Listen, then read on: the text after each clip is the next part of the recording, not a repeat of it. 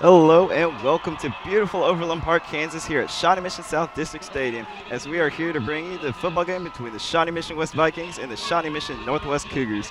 I am Travis Calvin. And I'm Jonathan Wilson. And Travis, the big story tonight is the number 29.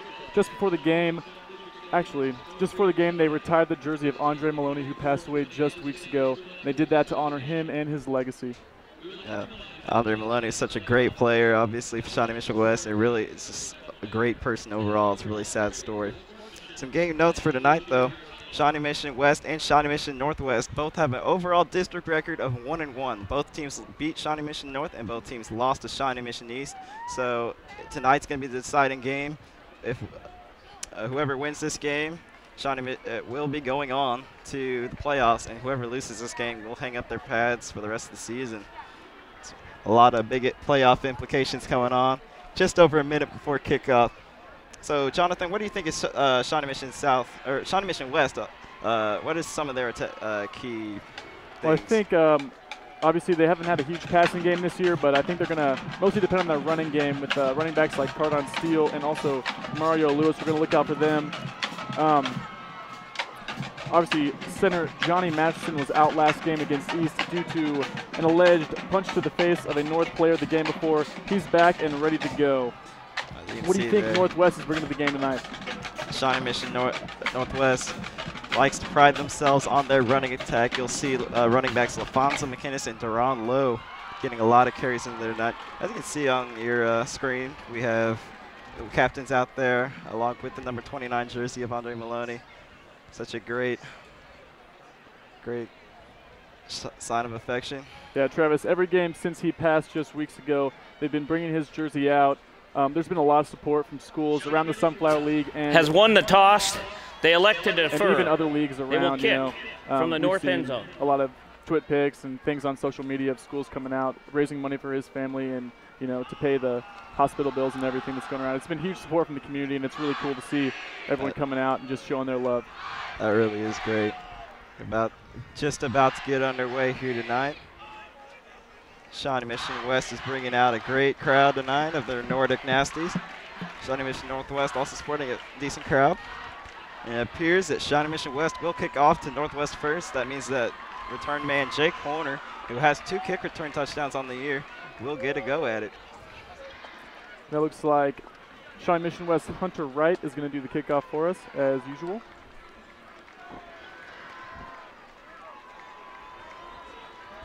Hunter Wright is a former soccer player who had too many concussions last season, had to sit out this soccer season, and decided to pick up football as his second sport so he can stay involved. He's been a big part of the team. Obviously, his strong legs have been doing well. So here we go. This is the deciding game of the season, and the kickoff is underway. It's caught by Shockley, and they do reverse it to Jake Horner as he's up the sideline, and he's ripped down. About the 16-yard line there by number 34 for the Vikings, Jose Montoya. So Northwest offense will take it over to about the 16-yard line. Northwest scored a season-high 56 points last game against the North Indians, and they will hope to continue that great effort. The Shawnee Mission West defense is looking to have some redemption after last week's shutout by Shawnee Mission East, and here they go. Horner will start under center. Hikes away. Fakes the ball to McInnes, and he rolls right, looking for Jake Hoskins, but that pass is incomplete. Northwest coming out with a little bit of trickery there, as they are normally known as a running team. Starts to get the game off with a solid play-action pass, but just the pass was just a little bit long, looking for the heavy hitter of Jake Hoskins.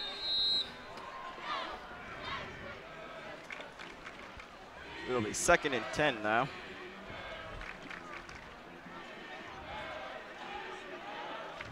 Horner is once again going to be under center. Hands it off to McInnes. He goes straight ahead, running over a couple of defenders, and he takes it to about the 21-yard line. This is what the Cougars are known for, running the ball straight up the gut. Grinded out offense.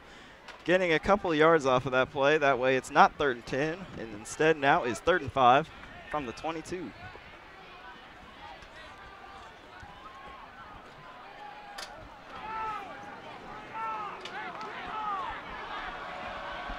Third down now. Horner again under center. Switches around to Deron Lowe, the speedster, and he's got some space. Hit out of bounds at about the 27-yard line. He'll be right at about the 1st down marker, it appears, so this is going to be close. Deron Lowe is very fast if he gets to the outside edge. The refs do signal 1st down, so the Cougars do get a 1st down on their 1st drive.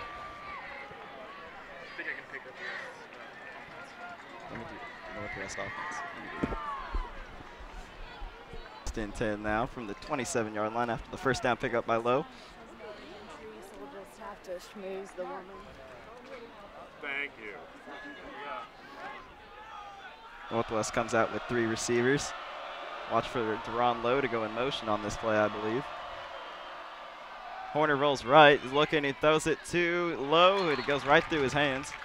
Incomplete. That's been a Cougar problem so far this season. A lot of drop passes that should be caught.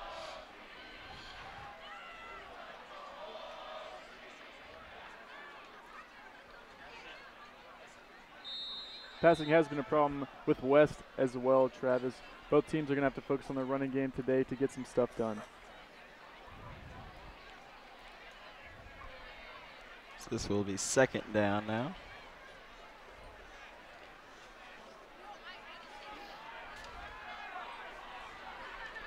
Horner under center.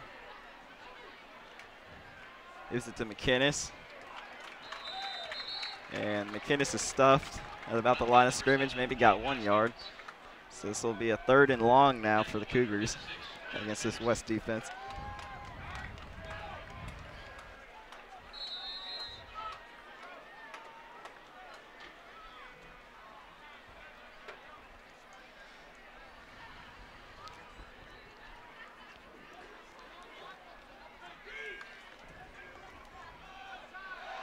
Cougars come out.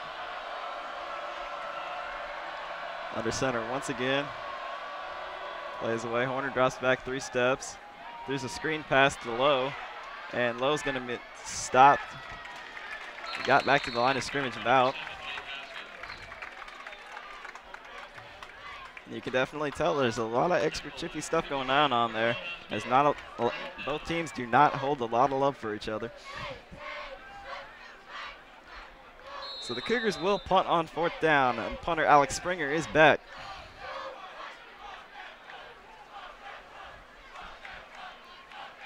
Back for the punt return. That looks like.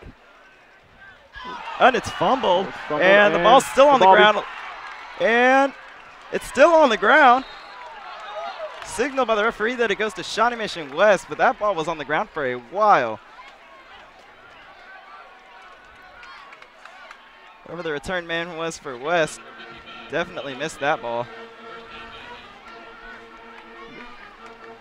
So the Vikings will have it even after that scary possession there for the Vikings. Cougar defense likes to pride themselves on their run defense, so we'll have to see how that stacks up against the run offense of Shawnee Mission West. So it'll be 1st down from the 35-yard line for West as Verdini is under center. Man in motion. Fakes the handoff and rollings left. Devin Shockley was in pursuit, but they do get the completion. The number 12 is up the sideline and hit hard by Jake Hoskins.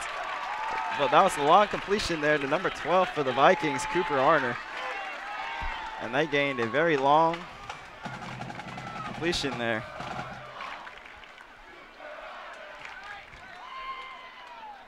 Cougars were expecting the run, and it looked like on that play.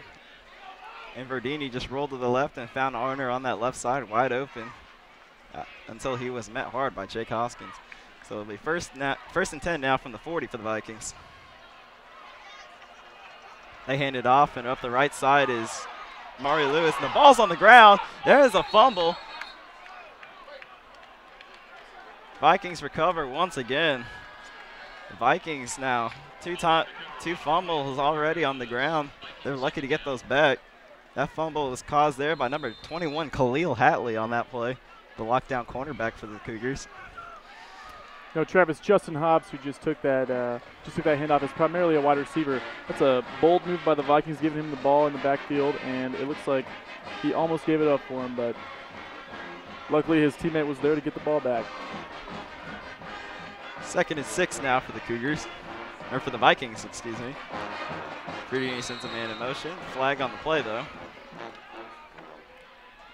Let's see what the referee has to say. Dead ball. Delay a game. On the offense. 5-yard penalty. So a silly penalty for the Vikings now and pushes them back 5 yards to make up a 2nd and 11, which is a lot more difficult than a 2nd and 6. So the Vikings are going to need to cut back on those costly penalties. They want to be able to get close to the end zone.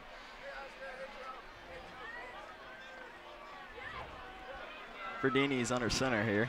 Sends another man in motion. Fakes the handoff to the right, and he's wrapped down by one of the Sunflower League's leading tacklers, Devin Shockley. Stuffs him at the line of scrimmage to give him almost no gain on the play. You'll be hearing Devin Shockley's name a lot tonight, as he is just a dominant linebacker in that spot.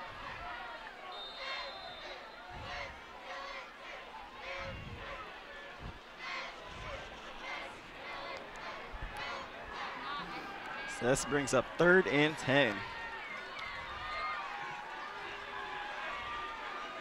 Verdini once again under center. Sends another man in motion. Drops back. He throws a screen pass. That ball's a backwards pass. That is a fumble. The ball's on the ground, and the Cougars recover it. Spencer Cook on the recovery. It's a costly play by the Vikings, and that could end up being a touchdown. We'll see what the Cougars can do with it. Great job by the Cougar defense being alert there. Spencer Cook knew it was a backwards pass on that play. Number 22 for the Vikings, Tariq Watson, just missed the ball, and that ball was live. Great job by the Cougars now. Third time's the charm, really. That was the 3rd fumble now by the Vikings in this very early moments.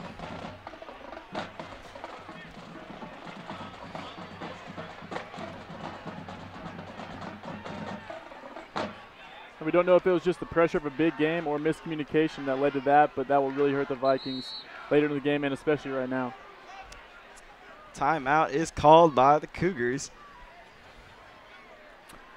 Kathy Gaskey, a school psychologist for the Shawnee Mission School District, was named Kansas School Psychologist of the Year by the Kansas Association of School Psychologists. She is now in the running for the National School Psychologist of the Year designation.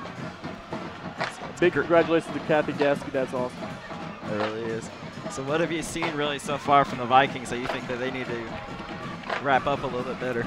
Well, you know, obviously you're going to recover or almost give up a fumble at the beginning. They had that second one just when they were getting almost to the red zone, and then that key mispass right there is going to give the Northwest the ball. The Vikings really need to come together again. They need to get communication back.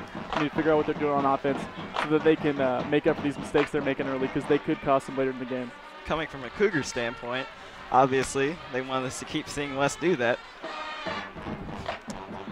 But Northwest will take the ball over now after the turnover at the 44-yard line.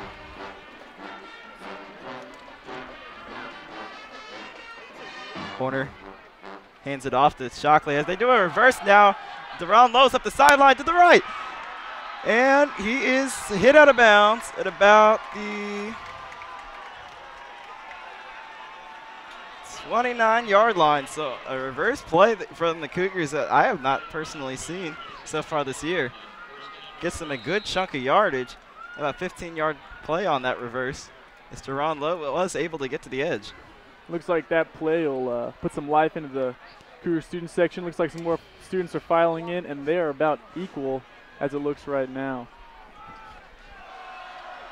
So after that big play, Cougars take over at the 29. Horner's under center, hands it off to McInnes. Tackle wrapped up from behind. Maybe lost a yard on that play. If not, got back to the line of scrimmage. That was a good tackle there by number 51 for the Vikings. Lee Spite. This Viking defense is led by a lot of seniors, it appears. It's a nice veteran defense that has stopped a lot of opponents this season. So after the no gain on the play, it will be 2nd and 10 from the 29.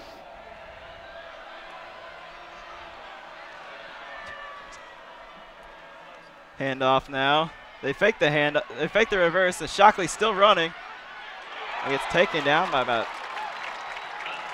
3 Vikings on that time, after he gets stood up by number 56 for the Vikings, Jonathan Masterson.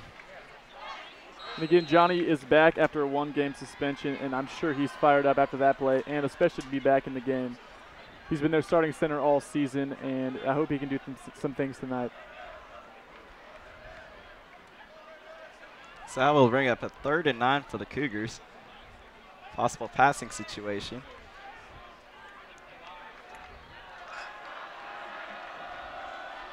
Horn is under center, and he fakes the handoff. He throws it wide open over the middle. It's CJ Perez, and he's in for the touchdown. Shawnee Mission Northwest gets on the board first with a beautiful play-action pass and found a wide open tight end in CJ Perez, wide open over the middle. Travis, it remains to be seen where the Vikings defense on that one, but that was an excellently run play by Northwest, and obviously they got things done. That's exactly what you need to do, and they did it. That play has been in the Cougars playbook for years now, as I have seen that a lot over the past couple of years. And it seems to just keep working. And for the extra point now, Jonathan Killeen. And it is up, and it is good. So the Cougars get on the board first with a 7-0 lead.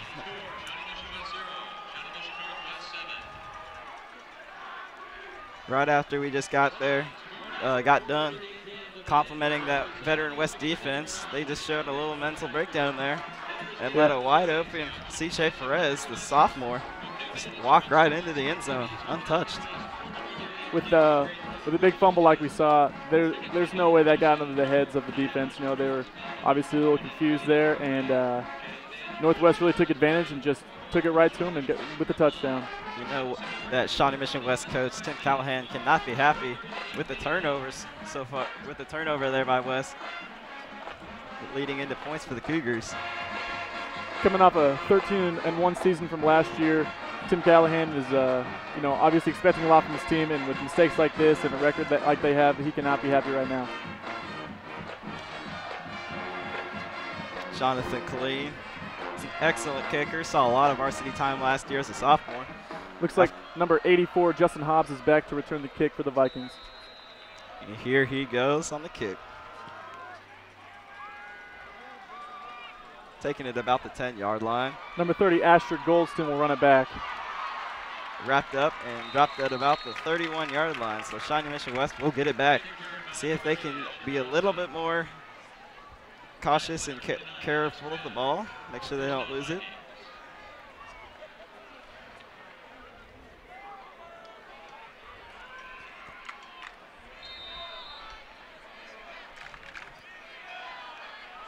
First and 10 for the Vikings at the 31-yard line.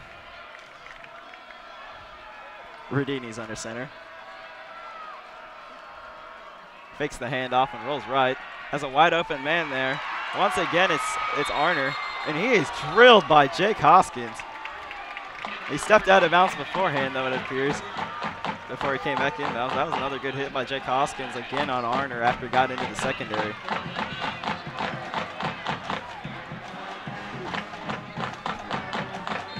Another big pickup, though, by Shawnee Mission West. That QB bootleg has been wide open as Arner has just taken that ball up now for 2 receptions and about 40 yards. So for him, handoff now for the Vikings, and he's gotten into the secondary. Tariq Watson up there got into the secondary and picked up a first down for the Vikings.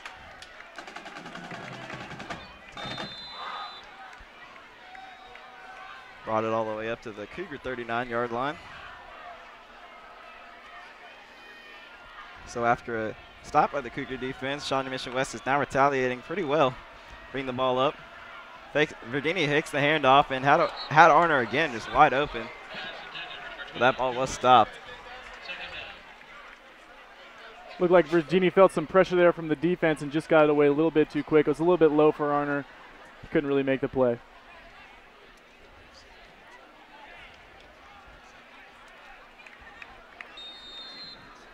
So this will be 2nd and 10 now after the incomplete pass. Cougars got good pressure up in the middle there by number 17, Kendall Spencer. Had an interception last week, which is a great time for the lineman getting an interception. Verdini now, 2nd and 10 though, under center. Hands it off to Watson, who is again wrapped up by the aforementioned Kendall Spencer. Great play there. Verdini, without his primary receiver, Andre Maloney, obviously he's having to, look to a lot of different options and last year, and that was also his primary receiver, so he's been used to throwing him, for years and years, and so their run game is a lot bigger part, and their passing game is also a lot different this year. So we're just looking at a lot different team, and they're still kind of adjusting even this late in the season. So, Jonathan, who has been stepping up for the wide receiver position for the Vikings? We've seen a lot of big plays by Justin Hobbs and also Cooper Arner, as we've seen in the beginning of this game. All right. 3rd and 10 now. Verdini looks left, and he is under pressure. He's still rolling left, and he throws it, and it's complete. It's number 89, Mitchell Wade. And he does have a first down, it appears. Wade has also been a big part of this offense, coming in there with some clutch plays. Last year he wasn't a big weapon, but this year, he really stepped up and saw his place, and as a senior on the team, he's really doing his part. Tackled on that play by the quarterback and cornerback, Jake Horner. Gabe Falcon got a lot of good pressure up the middle on Verdini, forcing him to roll to the left. 1st and 10, though, for the Vikings. Verdini rolls right and throws it incomplete. Again, looking for Arner on that sideline. Travis, tell us a little about Jake Horner and what he's been doing for this Cougars offense. Jake Horner has really been doing a lot. He's been the starting quarterback this year. He leads the team in rushing, I believe, with the most. He's 2nd on the team in rushing with 418 yards. He has 5 touchdowns running the ball. He's thrown for 2 touchdowns, and he is the primary kick returner and punt returner for the Cougars, as he has racked up 2 kickoff returns for touchdowns and 1 punt return. Second down for the Vikings is Watson's up the left side, and he beats Khalil Hatley around the edge, and it looks like it is a touchdown for the Vikings.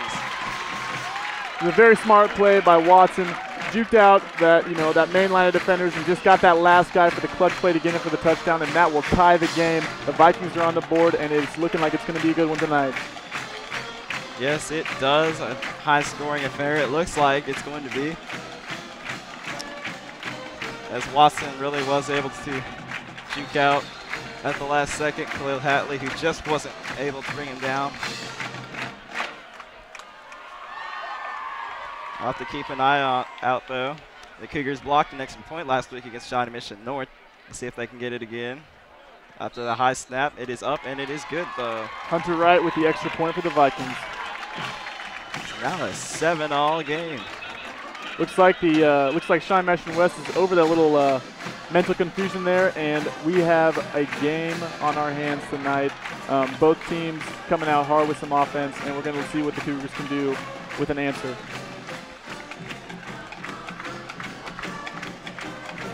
The Skills USA Pie Sale is underway. Visit www.broadmoorbistro.org to order a pie just in time for the Thanksgiving holidays. All pies will be made by Shawnee Mission Culinary Arts students. And Travis, I've been down to Broadmoor the last few weeks filming some for them, and they are making some crazy stuff down there. Those kids are very talented, and they love what they do. So definitely go check out some pies, and I would highly recommend buying one because they are delicious. That sounds like a very good investment. Going to come back now after the Viking touchdown. It is now 7-all. Hunter Wright is back out for the kickoff, and we're about to get this underway.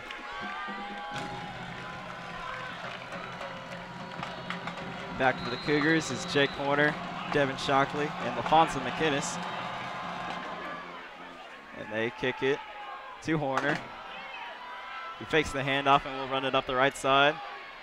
And he is stood up. Strong tackle there. It's a big hit by, it looks like, number 48, Quinn Harold.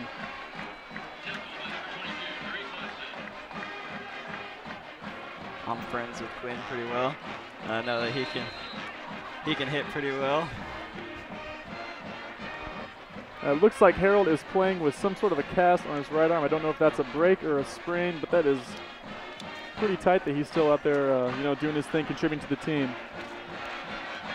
It's time to see what the Cougars can respond to Shawnee Mission West. Corner hands it off to McInnes. Runs it up for about 2 yards on that carry.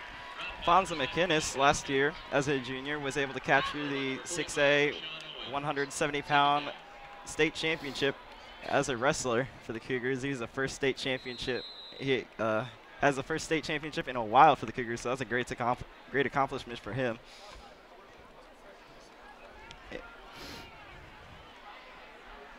Second and 8 now for the Cougars.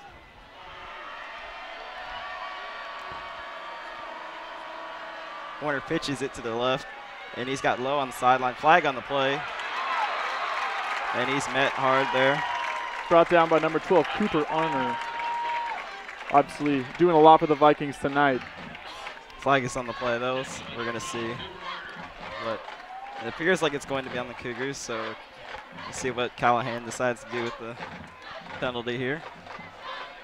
You talked a lot about the Cougars' running game this year. Who is their primary running back, and what has he been doing this season so far? They really split time a lot between LaFonza McInnes and Deron Lowe. Jake Horner does a lot of QB sneaks and scrambles around.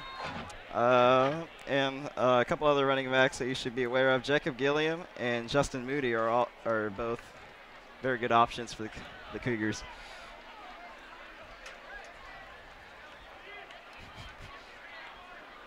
The Vikings defense is looking to do a little bit better job than they did with the last possession. They're going to try and hold Cougars here and keep the game tied. 3rd and 10 now.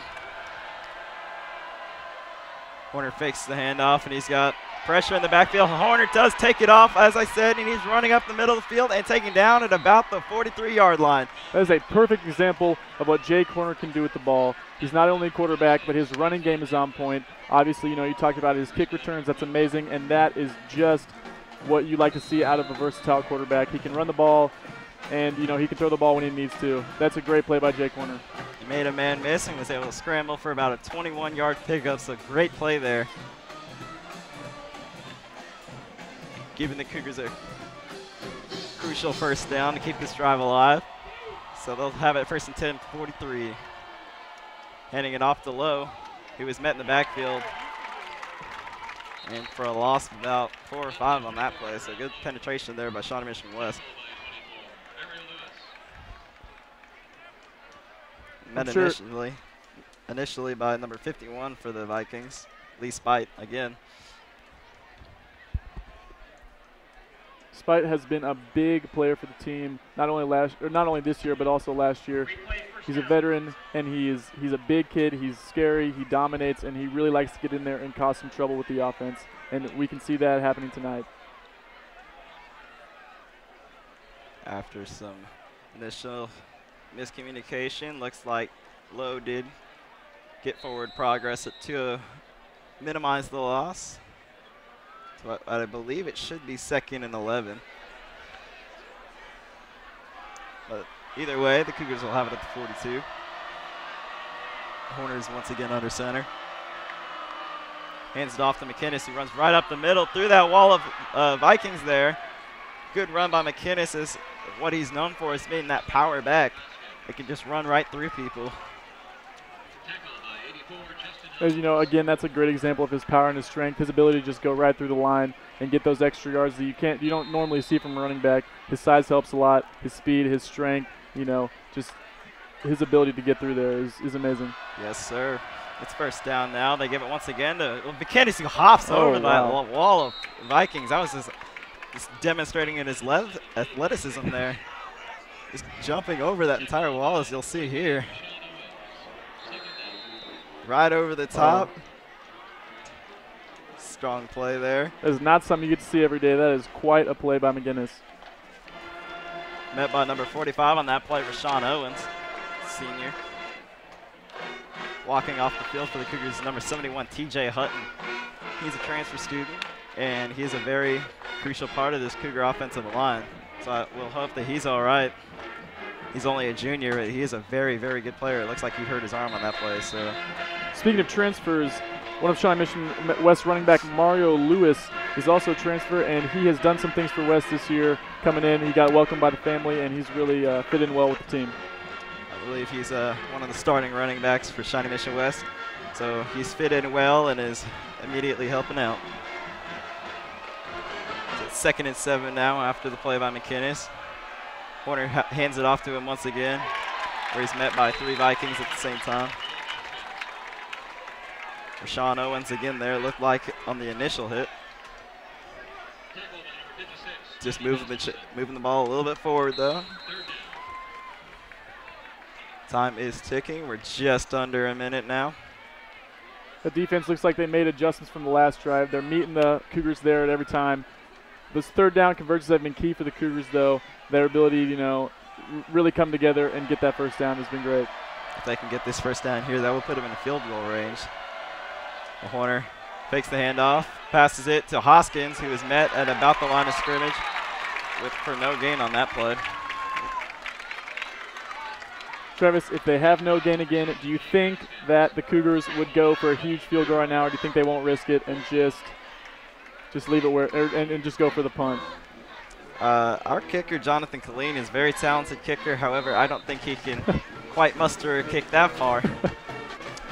Let's throw it down to our sideline reporter, Rachel Carter, for an interview. Rachel? Thanks, guys. I'm here with Richard Greenidge, the athletic director here at Shawnee Mission Northwest. Richard, how have you been a role in preparing for this game tonight? As it being an away game, I don't have a lot of preparation, so I give the credit of our preparation really to our team and coaches. How do you think the season has been overall? It's been an exciting season this year.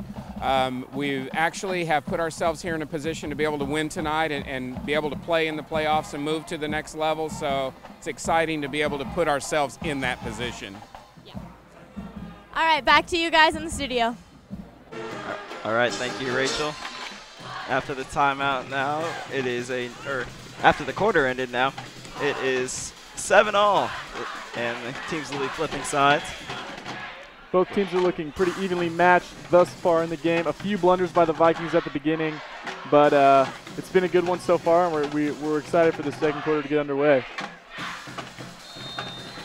This is 4th down now. Alex Springer will be back to punt. State javelin thrower. That is, I believe, Isaiah Macklin back to return for the Vikings. Springer does get off a very nice punt after a very poor snap. And the Cougars will down it till about the 16-yard line.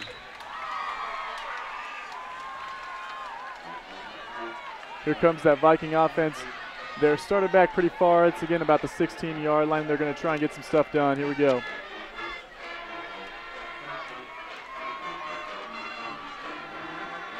Without a solid running back like they had last year in Brett Sturbach, the Vikings have been, like the Cougars, rotating in and out running backs, and we're seeing how that's working out. Yeah, it's definitely hard to play somebody as strong and as passionate as Brett Sturbach.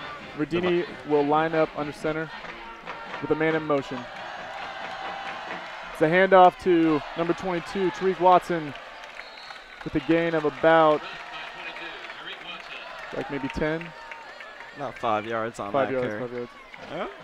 About 8 yards on that carry, so a good run there by Watson, eventually brought down by a wall of Cougars. That was Tariq Watson on the punt return, not Isaiah Macklin. My mistake. But here we go. The Vikings are getting ready to bring it out again at about 22-yard line. Verdini again, he will line up under center. The man in motion, that's Isaiah Macklin. Here he goes. He's going left. Slings one to Cooper Honor again with the catch. To gain about 15. Both teams, obviously, as you can tell, just look to be trying to hit each other as hard as they can. Like, the West has been delivering hard hits. Northwest has been sending them right back. Both these teams just want to hit each other. You can just tell that right out of the first quarter. Obviously, this is a big high-stakes game, like we said. Team that wins goes on to the playoffs, so these guys are going to do whatever they can to get the win. Virginia lines up, and Cooper Honor is in motion. They go the toss to Tariq Watson. He gets brought down about the 43-yard line. So once again, Shawnee Mission West is displaying that they can run through this Cougar wall of linemen.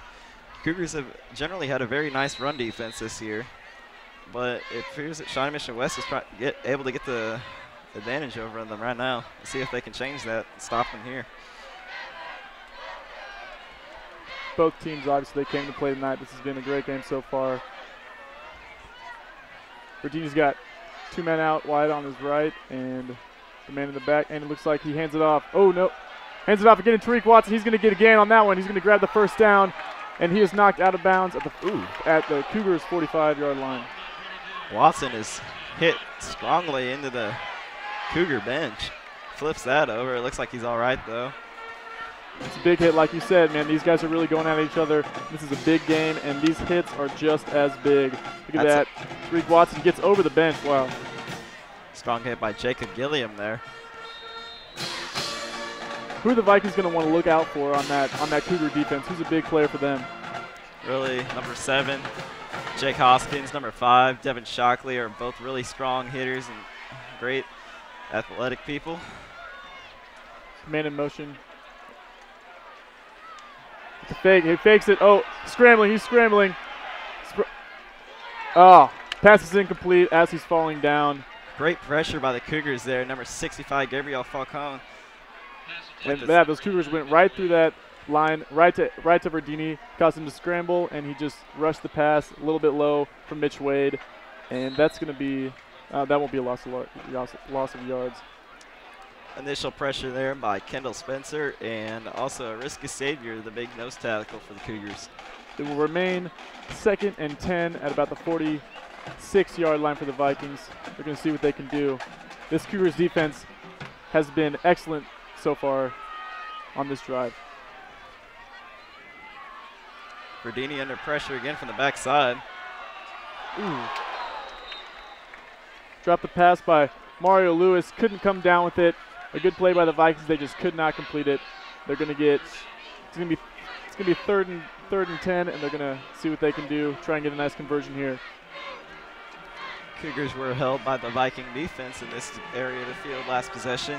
Let's see if the Cougars can return the favor by holding Shawnee Mission West on this third down, rather. Again, both teams evenly matched. They're both just showing their strengths and really taking it to each other today. Genie lined up under center. He's going to give it to Watson. He's going to go left. Ooh, not quite the first down. A good run as it is brought down about the 39-yard line. There's a good shot of the Cougar faithful in the crowd there. See a couple of my friends right up front row. Big thanks to the students and parents who came out to brave the chilly weather tonight. Obviously, they came to a key game. It's going to be a good one. So it is 4th and 4, and it looks like Shawnee Mission West will elect to punt. Return man Jake Horner is back. It was great defense by the Cougars, able to keep the Vikings to just getting about midfield. And the kick is off. Horner elects to let it go over, and it takes really a Shawnee Mission West bounce as it was close to the end zone. And it rolls back to about the 8-yard line, which it looks like that's where the Cougars will take it over. So both teams now not letting up initial touchdowns and then turning around and stopping each other on multiple drives. So we'll see if that pattern continues into touchdowns here, or if both teams are finally going to start stopping each other on a continual basis.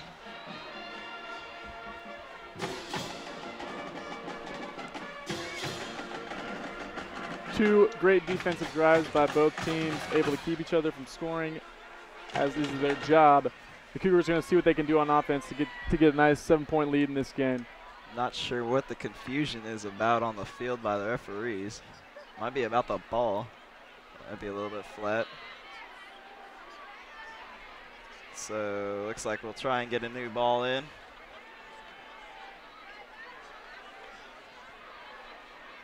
And looks like everything is settled, and yeah, play will resume. Here we go. All right. Horner's under center here. He's going to hand it off to McInnes, and he's going to take it up the right. McInnes hit hard. Can't really tell who that was, but that was a great hit by the Vikings. He's brought down, is that just about the line of scrimmage? With McInnes' strength, Shawnee Mission West McInnes really hasn't all season been brought down by just a single tackler. Most of the time that he runs it, he can only be taken down by multiple defenders, as shown by these past couple drives. It's 2nd and 7 now. Horner's once again under center. He's going to fake the handoff. He's getting under pressure. He's got Spencer Cook. Oh, He's hit hard there. Number 26 for the Vikings. Isaiah Macklin with a big hit there. Spencer Cook was not able to hold on to the ball for that play. That will bring up a 3rd down. So again, you're seeing a lot of hard hits by both teams. It's a great play by the Cougars to get that passer open. The Vikings are going to try not to leave that guy open as often. That could have been a big play, but it was good for Isaiah Macklin to be there to shut out the possibility of, a big gain of yards. I can see down there, number 71, TJ Hutton, who left earlier with an injury, is back out there for the Cougars, and they're going to have back at full force. We hate to see those injuries, but it's great for them to be back out there. We're glad to see him back in the game. Horner's going to roll to the left, and he's going to fake it, and he's going to be brought down, it looks like. So he was not able to elude that last defender, and he's brought down in the back by number 45 for the Vikings. Rashawn Owens once again, and the Cougars will come in the punt. Owens put in a lot of offseason work. He's gotten a lot bigger, a lot stronger, and we've seen that in the last few games. His speed is up, his strength is up. He's been able to make big plays for the Vikings and really turn games around. We saw that there just with that sack. So Springer's back to punt, gets it away. Number Very 20. strong punt. That ball's another fumble, it looks like, and he's taken up by the Cougars. Oh, no. Okay, yeah, they did rule it. It was touched by the Vikings, and it will be Cougar ball. Isaiah Macklin with the drop there. That is a huge game changer for the Cougars. We don't know if it was the pressure of those two defenders coming or what it was. Isaiah is going to hear some words from the coach after this. I'm not really sure why the referee stopped play at the 49, but the Cougar offense will take over it with possession after another drop ball by the Viking punt squad. That is the 4th drop ball by the Vikings, and those are really hurting them here early in the game. So the Cougars basically, after a nice pickup of yardage, will take it over at the Viking 49-yard line. Vikings defense is going to have to work really hard. Cougars obviously have great field position right now. Defense is going to have to do what they've been doing, hold them to just a few yards, get with the punt, and see what their offense can do. Hopefully they can turn things around. Watch Duran Lowe on this play, I believe. It's reversed down, and Horner's going to scramble, it looks like, and he's going to be hit and tackled before he can get to the edge, but a nice play there by Cooper Arner. 12 tackling, number 12. Arner's been a weapon early in this game. He's obviously doing big things with a lot of big tackles, some big catches. We're going to have to keep an eye on him for the rest of the game because the potential to make some big plays. Yes, sir. About a 5-yard pickup there. As the wide receivers come in to bring the play into Jake. 2nd and 6 on the 45 now.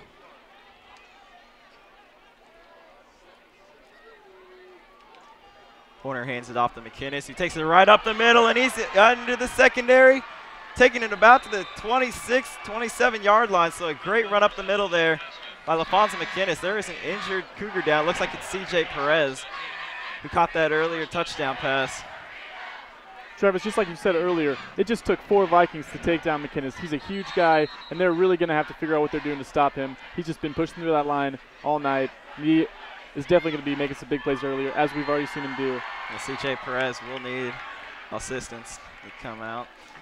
But once again, LaFonso McInnes, that state champion wrestler, just showing his strength, just dominant size and power, just running over Viking defenders.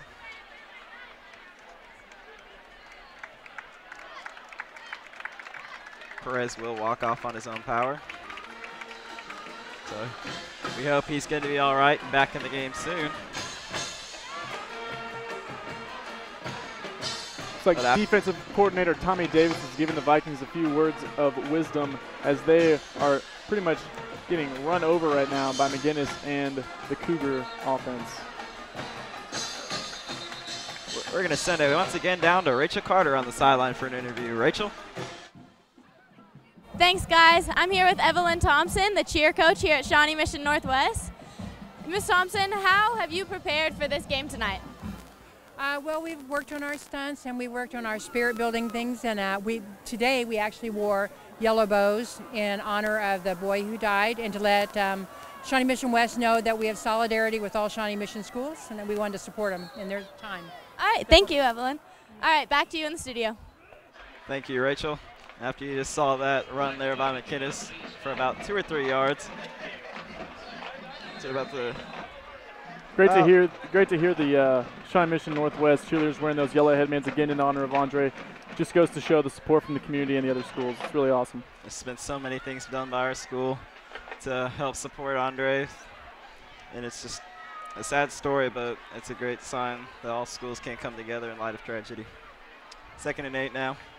Horner's going to roll to the left, and he's going to be under pressure, and he's going to be brought down, and he does elude his man and falls forward to minimize the yards lost. So great athleticism there by Horner to escape tackle.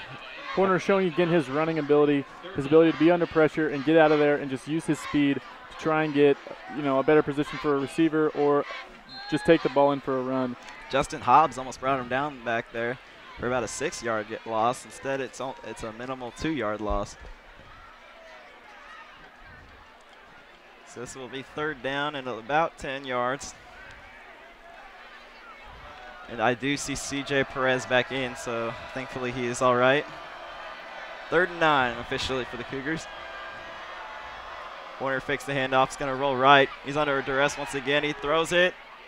And picked off on the sideline by the Vikings. Picked off by number 26, Isaiah Macklin. That's a huge play for the Vikings. Momentum changes after momentum changes. This game has been great, Travis. So great stay in there by the Viking defense on Macklin, who was watching Horner the whole time and was able to intercept him.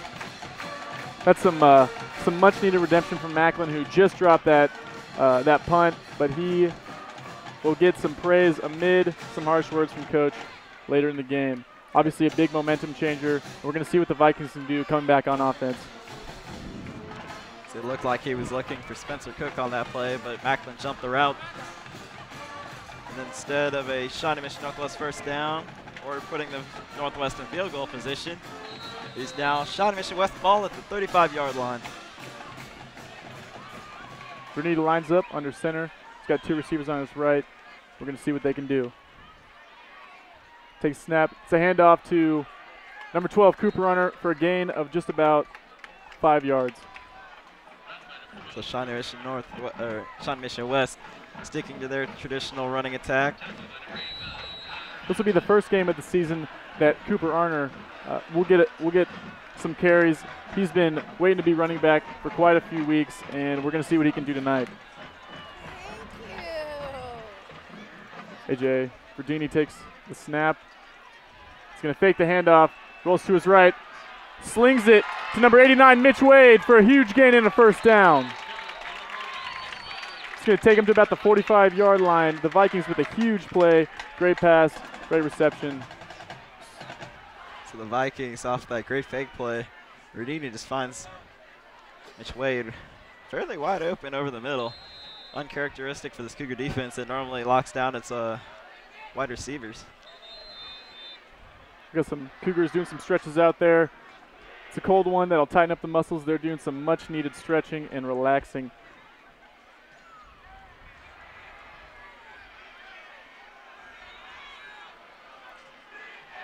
Virginia is talking with an official. We're going to see if there's some confusion on the field. Not sure what the delay was about again. We're back underway. Here we go. Vikings are going to line up on offense. Mitch Wade, wide left. Man in motion, that's number 4. AJ fakes the, he launched it to Justin Hobbs. Oh, cannot come down with the catch. Great effort, though. Great defense. Great coverage by the Cougars there. Flag is down, though, as Jake Koner was on coverage, and it looked like he got more of a piece of Hobbs than the referee would allow. So it looks like it's going to be some kind of pass interference. We hate to see flags on big plays like that. That's a huge, huge play for the Cougars, stopping that big completion, but the flag can always hurt you. So because of the flag, the ball will be advanced about 15 yards, I believe it is for high school rules. That puts the Vikings in great field position for a touchdown or a field goal if they get there. Virginia under center. You take the snap. Pitches it to Tariq Watkins. Ooh, with a loss of yards there. It looks like about maybe a loss of 1, or he kept him at the line of scrimmage. Watson has not been able to get much off of sweep plays. He's been better, it appears, off of runs that get bounced to the outside. Watson again, he's a lot smaller than McGinnis, the Cougars' McGinnis. And he's having a little bit of trouble getting past this Cougar line. We've got a lot of big fellas down there, and their defense has really been able to do a good job to stop that run game. Virginia will take the snap under center. Looking back, looks like number 4 for the Vikings, Kenny McKenzie. Dante Collum on the coverage on that play, who is flagging off. Make sure that West was not going to be going for that big play. So they may have made that first down.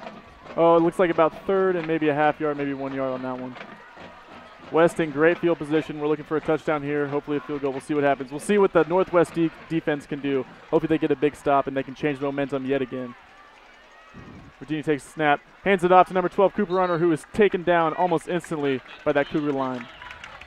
However, it does appear that he got enough for the first down and the chains will advance. So we're now in a 2-minute drill. As it is just over 2 minutes to go. First down now from about the 2-minute mark. We're still looking at a 7-7 tie. Both teams, again, going out just equally strong, stop after stop, momentum change after momentum change. Travis, what do you expect to see after halftime? After halftime, I expect both teams really continue their strong play. There's a flag on the play. See a flag come in. An early flag like that indicates it's against the Vikings. Legal substitution on the offense. Ooh. 5-yard penalty. That'll hurt the Vikings there. It'll send them back to about the 26, 27-yard line.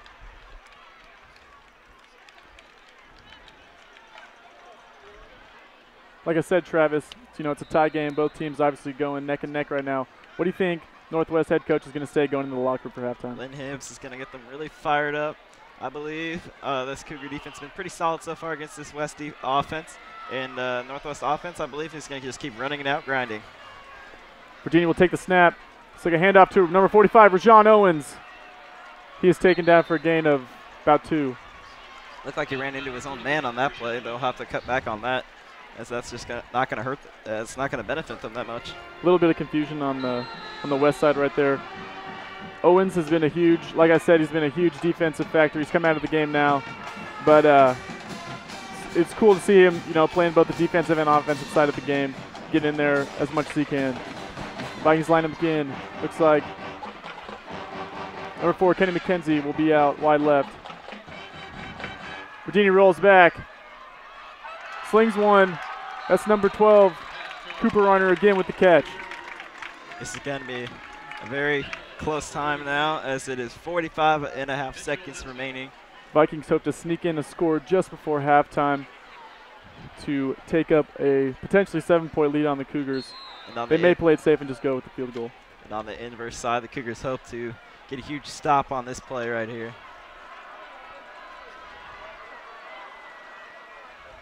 Pitch to Watson's. And Watson's going to be brought down at the line of scrimmage once again by Devin Shockley. Devin Shockley's been a huge part of this game so far. That's a great play by the Cougars defense, just being there, able to stop the run game and be there for the stuff. The Shawnee Mission School District congratulates the 20 Shawnee Mission students who have been named National Merit semifinalists in the National Merit Program. They are now in the running for scholarship awards worth more than $35 million that will be offered next spring. That is great job to those students. I know one of them personally, Sam Gross. Congratulations to you guys. And that National Merit Program, you know, gives students huge scholarships, and really, you know, those kids who are getting in there are going to be doing big things in their future, going to big name Ivy League schools, and really, you know, keeping this country going. Yes, sir. So this is going to be a critical play of the game here, as it is 4th down and 4 to go with 40 seconds to go, and it looks like Shawnee Mission West is going to go for it, as Verdini will go out, not a kicker. So Shawnee Mission West is going to go for 6, not for 3. See if this plays a factor later in the game. Verdini will line up under center with Cooper Arner in motion. Here he goes, throws it back to Tariq Watson. They reverse it. It's going to Justin Hobbs, and he scores a touchdown. Oh, there's a flag on the field. Oh, they still call it a touchdown. That's a huge play for the Vikings. That'll give them a 6-point lead, potentially 7-point lead going into halftime. I do believe that the referees are going to call this one back for a hold, I believe, as it is called by the referees. Good call, Travis. Hold. My excitement got the best of me right there. Way to pay attention. It's all right. Here's Shawnee Mission West faithful. I'm Shawnee Mission Northwest faithful. Gotta keep it. Gotta keep each other down, obviously. That flag is huge for Northwest. That is gonna really. I'm sure that's really gonna pump up their enthusiasm right now, as Hunter Wright lines up for the field goal. Shawnee Mission Northwest is going to elect to ice the kicker right here. Community members are invited to view Shawnee Mission Board of Education meetings at www.smsd.org. Board meetings are usually held the 2nd and 4th Mondays of every month at 7 p.m. at McEachin Administrative Center, 7235 Antioch Road. So going back to that last play, how big is that going to play a factor for the rest of this game, honestly? Because that hold is going to cost the Vikings points, obviously, and that may come back to bite them, don't you think? I mean, not only is that a big morale booster for the Cougars, that's also a huge, you know, morale opposite of booster for the Vikings. You know, coming in, they could have gotten the play, going in with a bigger lead in halftime. Hopefully, this field goal can clinch at least a smaller lead, with giving them a little bit of confidence going in. And Hunter Wright looks like he will. That field goal is wide right. So the Cougars hold. After Shawnee Mission West does get inside their 10-yard line, the Vikings do not convert. Hunter Wright. That hold is going to be very, very costly, as the Vikings now come away with nothing. Hunter Wright has not been the big field goal kicker for the Vikings. It's primarily been Tyler Thayer. Hunter's been on kickoffs and punts more, and we've seen him, you know, crunch under pressure a few times. Obviously, it's a big costly play for the Vikings. But that hold, though, that was a very big play for the Cougars, and they're going into halftime, I'm sure, feeling a lot better about themselves. It'll be interesting to see the Cougar play call here. It looks like they're going to go ahead and take a knee, as they have a man far back. Take this into halftime with a 7-all game. That's what they will do. It's been an awfully lively first half, Travis. Both teams coming out, doing their thing, really showing out, and we look to see a very good second half. Well, possibly. Possibly. All players are still on the field. Have not got. Now Northwest will trot in, and it looks like Shawnee Mission West will have finally trot in. And we will be right back after this. Stop by the Marine Corps Chin-Up Challenge here tonight on the south side of the field to see if you're up to the challenge. With you.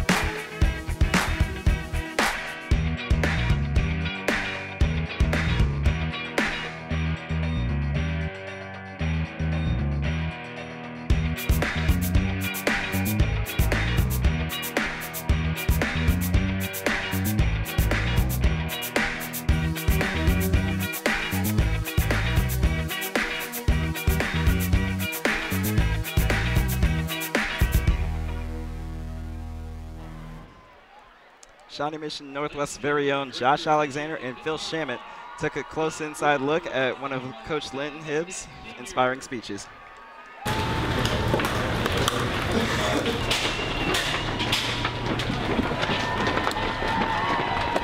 Feel the energy, boys. Let's get it. All right, win on 3. 1, 2, 3. Win!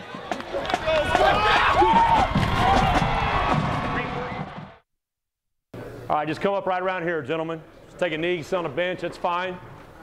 All right, just a few things to think about here, man. Just think about the foundations of our program, what we preach day in, day out, all right? The first thing is playing hard. All right, again, how do you define playing hard? Playing hard to us is running and hitting at full speed on every snap. Defensively, we did a good job of that last week. Offensively, not so much, but we're going to be much, much better tonight. So play as hard as you can on every snap. Again, that means running and hitting at full speed. So look at the film, that's what we want to see. The fastest, most physical team on the field normally wins the game. So we have to be that group. Think speed, speed, speed. Think hit, hit, hit, hit, hit. And I'm not talking about the first guy at the ball knocking somebody out, but the second, third, fourth, fifth guy. Those are the guys that knock people out. And if you get a chance, if you're the first guy there, like Hoskins did last week, you got a chance to lay the wood to somebody, do it. The other thing that we need to improve from last week is ball protection. We must protect the football, and we got to take it away on defense. As good as we played last week, we did not have one takeaway.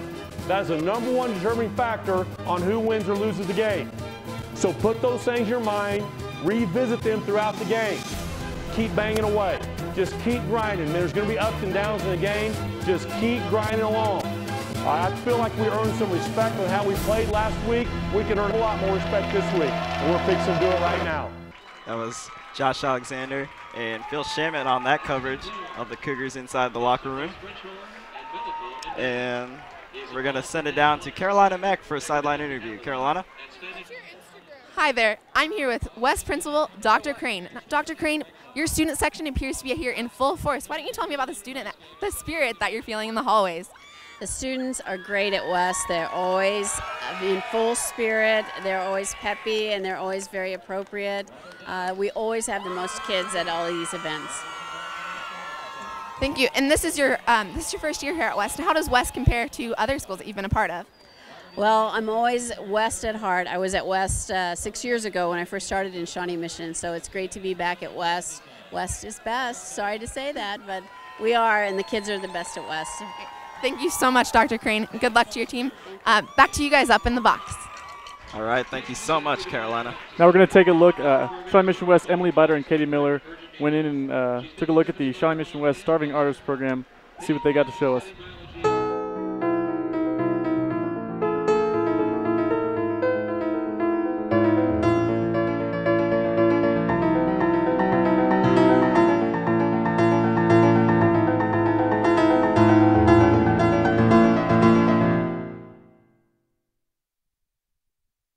To me, Starving Artists is about sharing each other's stories and meeting new people. We perform poetry, and poetry means a lot to me in my life. It's one of my biggest passions, and there's a lot of great talent in the club. Starving Artists has really given me a direction with my school career and has really shown me how to get more involved with the school. Starving Artist means it's a chance for me to express myself through writing, and also I just love getting to hear everybody else's pieces and just all the emotion behind it. And I think it's a really good upcoming club at West. Starving Artist, it means like the world to me. Basically seeing people come together and expressing themselves through words is like, it's really powerful. I've seen people cry from this, I've seen people laugh from this, I've seen like people break out of their shells from this. So it's kind of nice to see focus away from typical high school things and back onto something so simple just as writing and being able to perform and speak your own thoughts. This piece is titled Alive. It's about the feast, the leftovers in April. Here we are. Sitting down, standing up, staring up at these April starry skies, I sigh. Oh, what a wholesome feast this has become. My name called, my heart pounding like a drum, I recite poetry like magic words and don't breathe until I'm done. Oh, what magic we've created. Our illumination, coming only from within ourselves and a few Christmas lights. We are alive tonight. Wild and reckless youth, we are alive tonight. And even though my dreams may have died, we are alive tonight. Just a ginger with muggle blood, but I found the magic inside. I still dream about that April starry night. And we are now back. As you can see, it's a 7-all halftime tie. We're introducing a senior night band, or senior band night now for Shawnee Mission West. So you see some of the senior band members. There before the game, they did senior night for the football players. I believe they're also getting the dance team in there, and as well as the band, just like you mentioned. So for Shawnee Mission West, they hope that they can take home a senior night victory, as nobody wants to have their senior night spoiled. Travis, the big story tonight for both teams is actually mainly for West has been mistakes, actually. Not big defensive plays, not big offensive plays, but drop kicks, drop passes, and clutch recoveries by Cougars. They've been there every time to pick up the ball. They caught a lucky break there right before the halftime break with that holding penalty. The holding penalty on the Vikings to stop the touchdown. Again, we're tied at halftime, and we're looking for a great second half. Yeah, you definitely saw in the first quarter a lot of fumbles by Shawnee Mission West. I counted 4. 2 of them they lost, and they caught a break on 2 of them because they were in really close field position would have been great field position for Northwest. So Shawnee Mission West definitely probably caught a break, but you saw in the second quarter complete turnaround. They were a much more efficient unit. They kept the ball in their hands, obviously. They wrapped it up pretty well. So Shawnee Mission West made a fairly good adjustment. McGinnis, a big player on the Northwest side thus far. He's been powering through the Shawnee Mission West line, really handing it to him. They've been having a lot of guys having to bring him down. On the other side, Cooper Reiner is doing big things for West as well. But still, both teams, it's only 7-7. They haven't really had many too big of plays, and we're going to see how they can do. Yeah, you got to say, for a strange play for Shawnee Mission Northwest, or a strange trend really, is that our touchdown came from a pass from Jake Horner to CJ Perez, the tight end. That is not what the Cougars have normally done this season, as they have been normally a grinded-out running team. But as you saw there, Jake Horner took advantage of it, getting his 3rd touchdown of the season, through the air, of course. So that's great. Definitely a change. Do we expect a possible kick return by Jake Horner in this game? Has that been a trend for him over the season? Jake Horner is always lethal at every position he plays. Cornerback, quarterback, kick return, punt return. He can score anywhere. He had a fumble return for recovery, so he has scored everywhere on defense so far. Obviously, any team that has a player like that is going to do big things. When he can, when he can hit the opposing team from all angles, that's a huge thing. It's hard to defend. It's hard to know where he's going to be, and he's obviously been a threat this whole game. Let's send it down to Rachel Carter on the sidelines for an interview. Rachel? Thanks, guys. All right, here we have a couple students from Northwest right now. And how do you think the spirit has been in the student section tonight? The spirit's been really well tonight. We're getting live. We're getting hyped because we're going to go to state and we're going to win. We're going to win state, And the crowd's grown a lot since the game started. Anything to add? Yeah, it's hype, man. I mean, what can I say? We bring the spirit. I've noticed your chest. So how do you think the weather's affected your spirit at all tonight? Oh, of course not. I mean, the weather has nothing to do with us. We're just out here enjoying football, cheering on our Northwest Cougars, and hopefully we get the dubs. No, yeah, we just have a lot of confidence in our boys, and we're just supporting. All right, thanks, guys. Back to you guys. All right, thank you, Rachel, for that great interview. We're just over 5 minutes away now from halftime being over. So what do you expect from Shawnee Mission West really to come out of this gates, Jonathan? I think Coach Tim Callahan, he's obviously going to give the team a few words about their mistakes in the beginning of the game. I think they're really just, I really think they just need to get their heads in the game. They need to focus on what's going on, and they need to especially work on their defense. And again, I'm going to talk about McGinnis more. They need to work on stopping him and doing as much as they can to stop him from getting those conversions that he's been doing this game. I think the Vikings want to just mainly focus on fixing up their mistakes and stopping McGinnis, and I think they will have a pretty good chance to seal out the victory. But who knows, Northwest can always come back. They've been looking solid as well. Both teams equally matched thus far. That sounds very in-depth. Two key plays I really want to point out that has happened over this halftime, or happened over the first half. The first play, Cougars were down in red zone position, and the Vikings were able to pick him off at about the 10-yard line by Isaiah Macklin, I believe. So that was the first key play, I believe, because that stopped a Cougar drive that was very close to the red zone, killed their momentum, and Shawnee Mission West did take it back to about the 30-ish area. And the second key play, obviously, that holding call down by about the 10-yard line where Shawnee Mission West would have scored on it had they not held. But the referee deemed it that. And that caused, really, Shawnee Mission West to come away with nothing, as they were very close to the end zone. Were in very easily field goal range. But I feel like a big theme in this game so far has been mistakes, followed by momentum changes, followed by more mistakes and more momentum changes. Both teams are getting huge plays, taking the ball down the field, getting another huge play, and it's going right back the other way. It's just been back and forth all game. And the second half, either we're looking at one team coming out on top and just plowing right through the other one, or it's going to just be continue to be a head-to-head battle both ways. All right. We'll be right back after this, all right?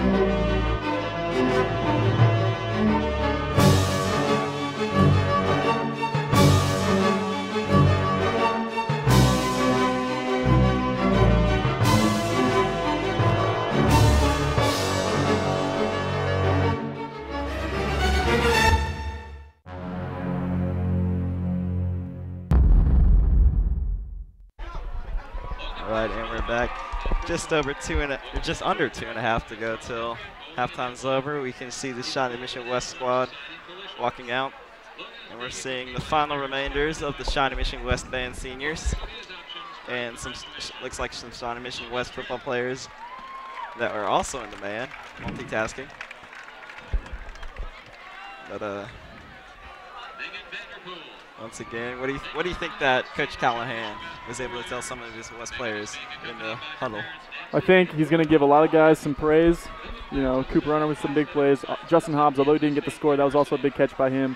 And I think he's going to give a lot of players some a nice talking to, maybe a little bit negative. Isaiah Macklin with the drop, and another with Tariq Watson with another drop. The fumbles are hurting him, and I think Coach Callahan is mainly just going to stress mistakes and how much they need to get their stuff together to break through this Cougar defense.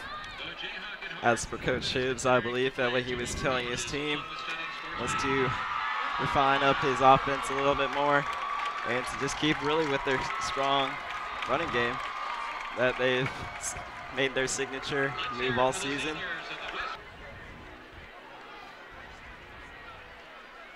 Just over a minute and a half to go. Both teams are. Travis, just like you said earlier, a lot of Northwest they're 2-6, but a lot of those losses have been very close games. Do you think tonight could potentially be another one of those close wins? It's going to be a close game either way. Obviously, from my standpoint, I hope it's a victory. But it's like I said, it's going to be a lot of close games. Northwest has suffered a lot of close losses this year against Shawnee Mission South. They were defeated by a mere 7 points. At Lathan Northwest, they lost in double overtime. Lawrence, they didn't lose by that much. And they've just had a lot of close games that they just have not been able to finish out this year. So if they could start now, that'd be great. It's only the beginning of the second half, but you can't help but think those close games are lingering in their heads. Going into the second half with the tied game, the Cougars, I would imagine, are really trying to focus on pulling away early and not having to risk a close, potentially double overtime loss. Hopefully it's a double overtime win in their case. Yes, sir. Like Like I said, that 2-6 record could very easily be higher and a better record. However, it is what it is. They are 2-6, and they're going to look to capitalize and make the best of their situation right here. That's Northwest got the ball at halftime, so they will kick it off to Shawnee Mission West to start this half.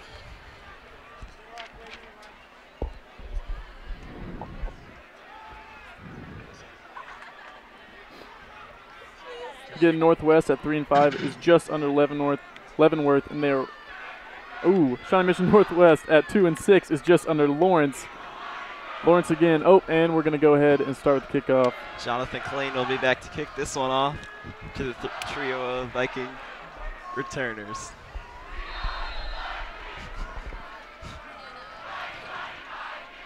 There it goes. It'll be grabbed at about the 5-yard line. And that's Cardon Steele back with the kick return, and he's brought down about the 32-yard line. Justin Moody got a hand on him and dragged him down. They'll rule him back at about the 26, 27-yard line, give or take in that area. So good special teams coverage there by Justin Moody, the senior. A big player for the Vikings is number 76, Austin Chambers, BYU commit. He's a 6'5", huge guy. He's been able to get some big stops this season. We'll see how he's doing tonight. Not many big plays out of him yet, but we can see what he can do. AJ Virginia back in the shotgun. Oh, it's a Wildcat formation. Oh, no, there he goes, and he's away. That is Cardon Steele with a huge gain. Oh, not Cardon Steele, that's Asher Goldston, number 30. My mistake.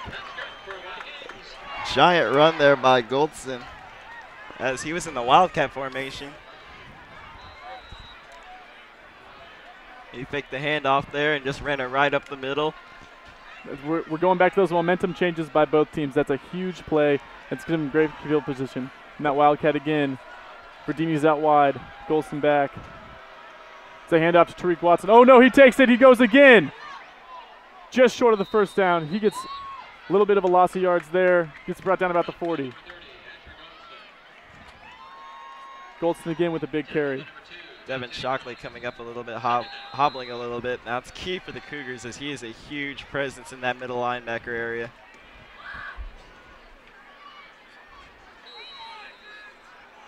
Hopefully he's all right and gets back into this game quickly as he's a huge presence. Verdini in the shotgun again. Mitch Wade out wide right. Asher Goldston down left. AJ will fake the handoff to Tariq Watson. It's a nice pass. He comes up with the catch. That's number 24, Mario Lewis, with another big play for the Vikings. They are just going right down the field. Great field position. Could potentially turn into a score for them. Shawnee Mission West offense comes out firing. They are in a hurry-up offense, really, catching the Cougars off guard, it appears. Verdini's in shotgun here. Verdini takes a snap. It's fake. Oh, there's Tariq Watson with the carry. That'll be a loss of yards. Brought down at the 30-yard line. Great pursuit there by Jake Horner to hit him behind the line and make him lose a lot of yardage on that play. There you go, versatility again. Jake Horner back on defense there with the tackle. It's a big play for the Cougars to stop that Viking offense, which just came out guns blazing. It looks like they're going to try. So after second and 13. Loss of 3 there. 25-yard line. Here we go. They're in that shotgun again. Asher Goldston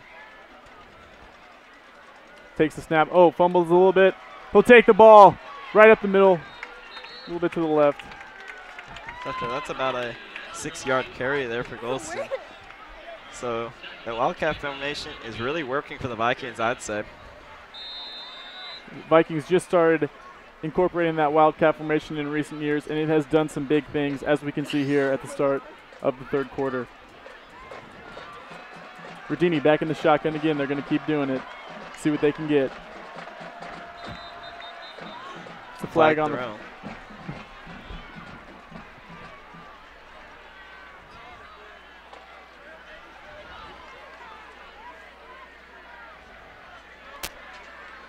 So a false start on the Vikings is going to push them back.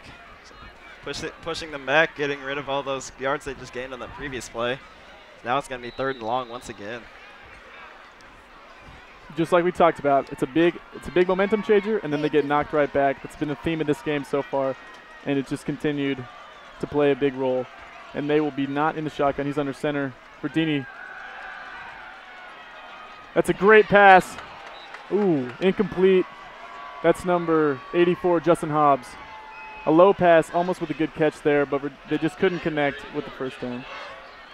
So after that, it's going to bring up 4th down and 12. I'm not sure how reliable the Vikings kicker is. You saw earlier he shanked the other field goal wide to the right.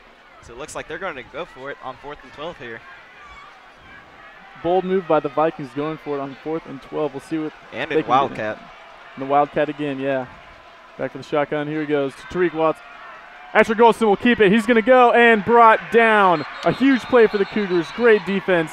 And that is going to be a turnover on downs, and they will get the ball at the 25-yard line. Jacob Gilliam, the senior. Great job there, getting to Goldston very early and making sure he went nowhere. Looks like Goldston's getting up a little bit slowly. He's going to be able to walk it off, and he's going to keep in. So never mind about that injury. A risky move by the Vikings going for it on 4th and 12. Cougars defense was right there. They got 4 guys on Asher Goldston. There's no way he's getting past them. And obviously he got up and looked a little bit rocked by those huge Cougars. All right, so here comes Shawnee Mission Northwest now. 1st and 10 taking over at their 24-yard line, looking to capitalize off the 4th down stop. They give it to LaFonso McKinnis, who was met and brought down by four Vikings on that play. And he gained maybe a yard or two, not much, maybe even lost a yard. Looks like he does. A big tackle by Johnny Masterson. His first game back. He's obviously feeling good. They're going to send the speedster Duran Lowe in. So look for something to the outside on this play, I would imagine. We've seen a lot from McGinnis. What can Duran Lowe do for the Cougars right now? Northwest has 3 wide receivers in here. Corner's going to be under shotgun, and he hands it off to Lowe, and he's going to take it to the outside. Can he break the edge? And he's dragged out of bounds at about the 26-yard line, give or take. So he only gains about 2. Which will bring up a 3rd and long. You talked about Northwest rotating in a lot of running backs. Who have they been putting in primarily for their games? Primarily to start, they'll always start with LaFonso in the back to hit their opponents pretty much right in the jaw. That way they can loosen them up and get things open to the outside, I would say. But here it is on 3rd down and 8. Jake Horner will take it under center. He's going to look to the left. He has his man, and he's going to drop down. Appeared short. That ball was caught by Mitchell Hodson. And it looks like he's going to be about a yard short. So let's see if the Cougars will come in here and take it on first. And they will send in their punt unit. So the Cougars are electing not to fall to the same fate as Shawnee Mission West of possibly turning it over on 4th down. And they will elect to punt. Springer now bombs it away. Great high kick there. It's going to keep rolling. Great kick by Springer. Kicks it from his own 30-yard line down to the Shawnee Mission West 10. Great bomb there, pinning the Vikings deep in their own territory.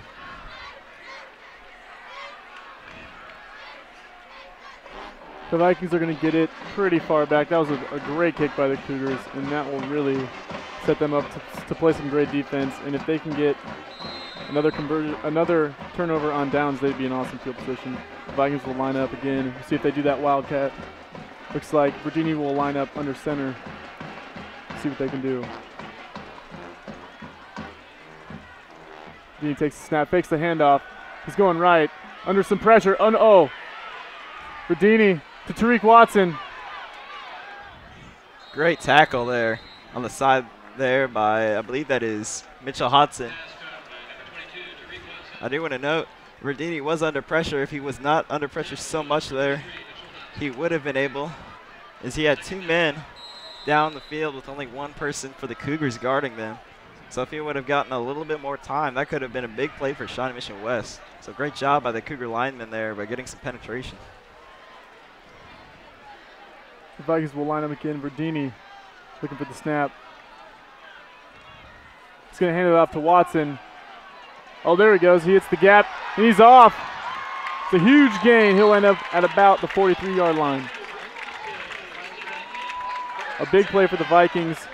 Another big play. Hopefully this one will not be stopped by a big blunder. That's a big time carry there for Watson as he took it about 30 yards.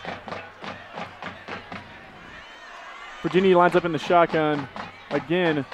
See if they can get some stuff done. Man in motion, that's Mitchell Wade. Virginia fakes the handoff, rolls right. He's under pressure and he gets sacked. That's a huge play for Northwest. Another momentum change. Who is that on that play? Number 85, Connor Johnson, with a great sack on Verdini right there. Beat his man on the outside and just got right into his legs. You know, these last three plays have spoken volumes about the Cougars defense.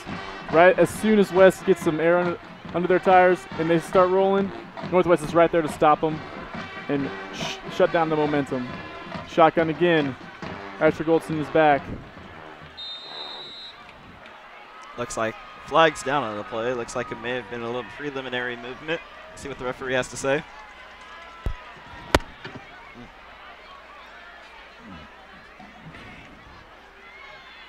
Ball. So false start on the Vikings. Leads to an even farther back. Down now after the sack and the penalty now. Looks like the Vikings did not escape the blunder we just talked about. And Vikings are now stuck in a 3rd and 24. Looking for a huge conversion here. We'll see if they can get it. Asher Goldston ball's on the ground. It's a fumble. Looks like Shawnee. Oh, no. Who has that ball? It looks like Shawnee Mission Northwest fell on it. And they do. Shawnee Mission Northwest has capitalized on that fumble recovery. That looks like Jake Hoskins there. Great recovery. That was just great effort. The ball was on the ground. It looked like it should have been recovered by Shawnee Mission West, but he just missed the ball. Shawnee Mission Northwest just comes up with it. Great effort. Johnny Masterson just missed picking up that fumble. Looks like he just a little bit misjudgment of the bounce, and Northwest comes up with the clutch fumble recovery, putting them in great field position. I could not tell which Northwest player stripped the ball there, but it was recovered by Jake Hoskins. That was great effort there by the defense as they hit the runner Goldston very early on. So Northwest will take it now. Horner's going to look to pass. Now he's going to scramble to the left. He fakes the throw, and he'll get it about the line of scrimmage, maybe lost half a yard. They were looking to go deep on that play, but West had that covered. Goldston brought down by, not Goldston. Jake Horner. Jake Horner brought down by number 51, Lee Spite. So once again, what we saw from the first half from Shawnee Mission West, fumbles and just mistakes. They are sure feeling the pressure of this big game tonight, Travis. 2nd 11 now for the Cougars. They're going to give it to McKinnis. He's going to just take it and get stood up by a wall of Vikings and still keeps battling. Still was on his feet for a couple seconds after that wall. And he got it back to about the 25. So it'll be 3rd and 10. So the Cougars, after that fumble recovery, haven't been able to go anywhere quite yet. After that wall of Vikings keeps standing them up. And we can almost feel the tension coming off of those two teams right now. Again, this is a big game, and both those teams are playing their hearts out to try and get to the postseason. And we can clearly see it from the team. Every play, guys are getting pushed, guys are getting off of each other, and it's really cool to see how much these guys want it. You can see the line for Shawnee Mission Northwest consisting of Derek Bennett, Patrick McInerney, TJ Hutton, Gabe Falcon. They've done very well. The Shawnee Mission Northwest National Art Honor Society and Shawnee Mission Northwest Ceramics students invite members of the community to help fight childhood hunger by attending a soup and bread dinner to raise money for harvesters. The event will be held in Shawnee Mission Northwest Cafeteria from 6 to 8 p.m. on November 13th.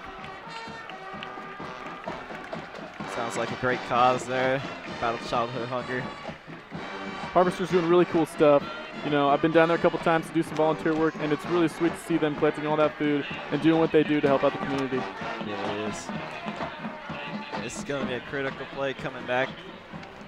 It is 3rd down and 10 yards after the fumble recovery by Northwest. This is right in field goal position for the Cougars, as Jonathan Killeen is a very good field goal kicker. However, they would not like to just see 3 points. They really don't have to even use Killeen. They want to get the 10 points, or the 7 points for the touchdown. We just saw the Vikings in the same position right before the half with the big holding call, and we'll hopefully Northwest doesn't have the same story and they can convert here. Northwest is set in a traditional position. 2 wide receivers, tight end, and two backs. Horner's going to give the handoff to Lowe, and he's caught in the backfield, and he's going to go nowhere.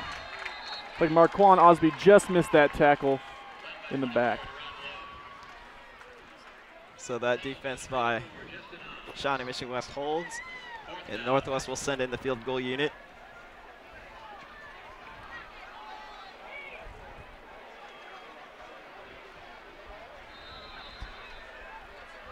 This will be one of Jonathan Killeen's, one of his longer field goals of the year, I'd say. So here it goes. The kick is up and through the uprights and good. A great kick by Killeen. Great job. 27-yarder for the Cougars, and that'll put them up 10-7. Killeen's been known for his long kicks ever since sophomore year after Alex Allen went down last year with a knee injury. Killeen stepped up and is going to be a great kicker his senior year, I'd even say. That kick does give the Cougars a 10-7 lead. Great job.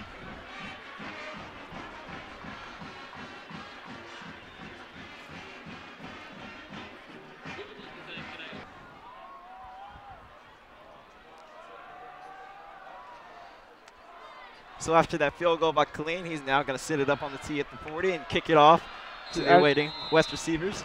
Asher Goldson back for the kick return. Ooh, not Asher Goldson, that's Justin Hobbs, number 84. He's going straight through the Cougar defense. There's a flag on the play.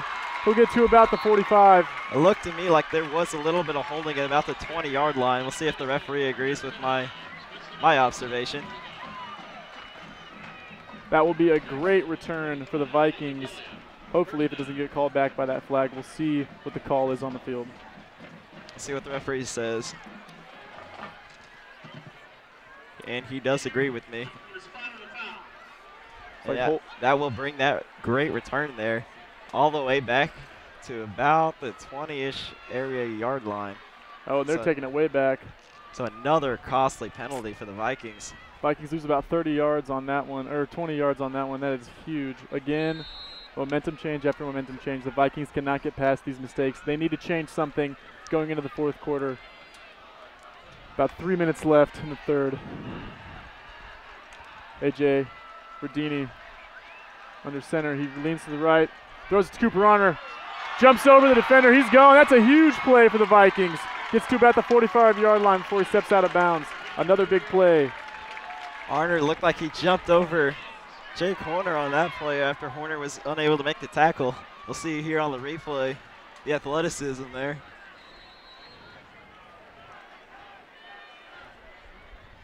Arner with the athletic ability there and forced out of bounds by Jake Hoskins. Arner is not only on the football team, he also jumps and runs track, so we saw a little bit of a snippet of that there with his athleticism. Verdini under center, hands it off to Tariq Watkins. Looks like about no gain there on the run. Stopped. Tariq Watson, my mistake. No gain on that play by the Cougar run defense. One thing I've definitely noticed from the Cougar secondary is the absence of number 21, Khalil Hatley. Hatley is a lockdown defender. I'm not sure where he is or if he's injured or not, but in his place is equally talented number 2, Dante Collum. Vikings line up. It's a pitch to Tariq Watson. They go back the other way to Justin Hobbs. He's right through. He'll pick up the first down. Another big play. He's at the Cougar 45-yard line. Big play for Justin Hobbs and the Vikings. Finally brought down by Dante Collum. Shawnee Mission Northwest looks like they were ready for it as they had multiple people able to make contact with Hobbs. However, they just weren't able to bring him down. It's another big play for the Vikings, moving them closer. See how the Northwest defense is able to react to this. Looks like there's some confusion on the field. A.J. Verdini calling a timeout. That's a Viking timeout.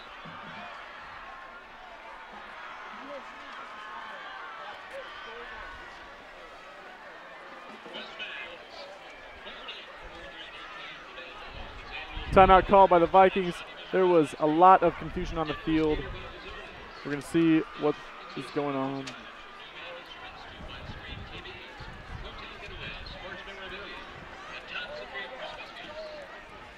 Community members are invited to view Shawnee Mission Board of Education meetings at www.smsd.org.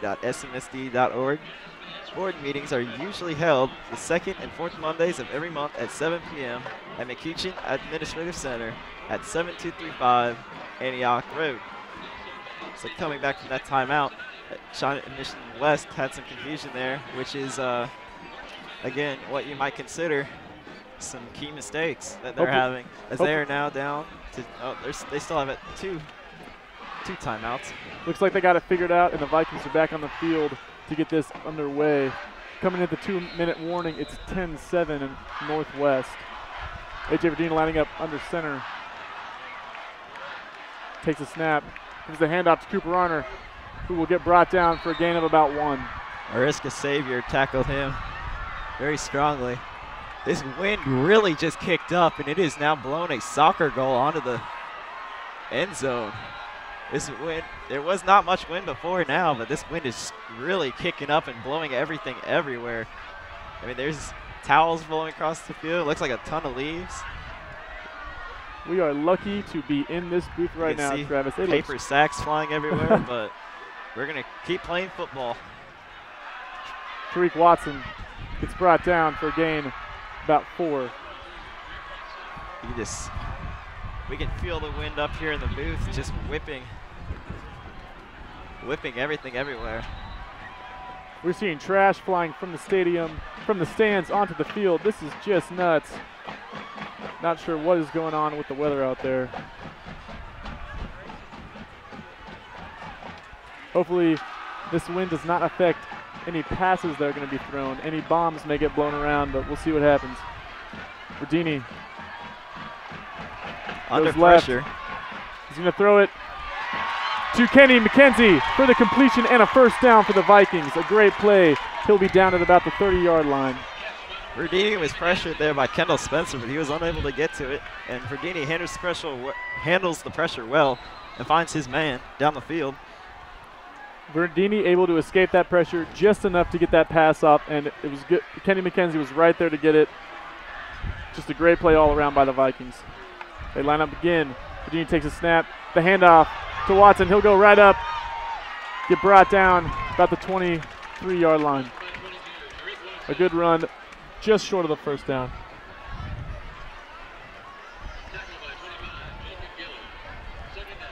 .24 seconds left in this third quarter. Vikings looking to make something happen quick. Time winding down. Verdini takes a snap. And he's Watson takes it, and he's down. Good tackle there by Gabriel Falcone. You can definitely tell there's a lot of extracurricular stuff, as Austin Chambers and Ariska Savior got tangled up on that play. But that will bring it to the end of the third quarter. Vikings not able to make use of that great field position, just not enough time to get something done. Start of the fourth quarter, see what they can do.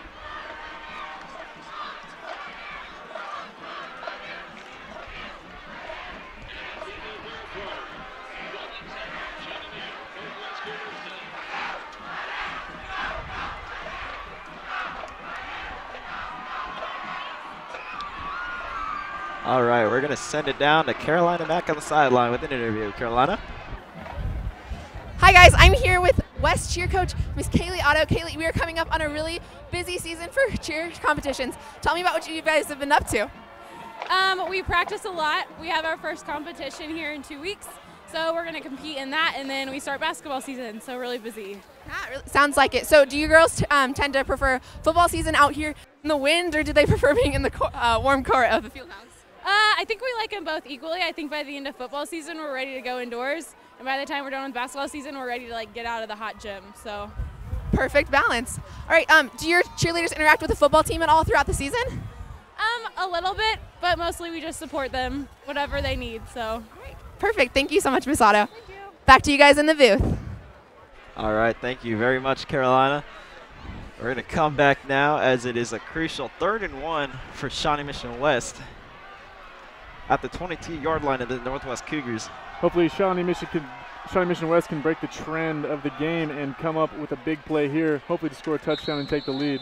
Looks like they may get the first down on this one. Verdini's excited, and it looks like they get the first down that it's been ever elusive. Vikings finally able to come up with the big play here, putting them in a little bit better field position. They get about a yard on that one, bring up the first down, and they're going to see what they can do with this. Verdini lines up under center. No more of that wildcat for right now. Fakes the handoff.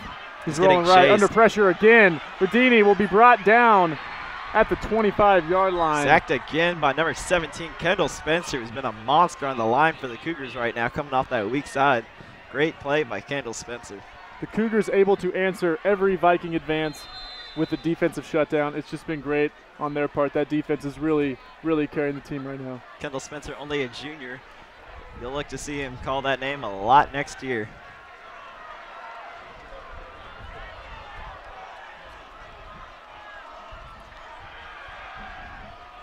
Ooh, a completion to Cooper Arner from A.J. Verdini. That would get a good gain. Cut down that 2nd and long. It would be 3rd, maybe 8 on this one. I believe about a 3rd and 11 as they're looking to get to.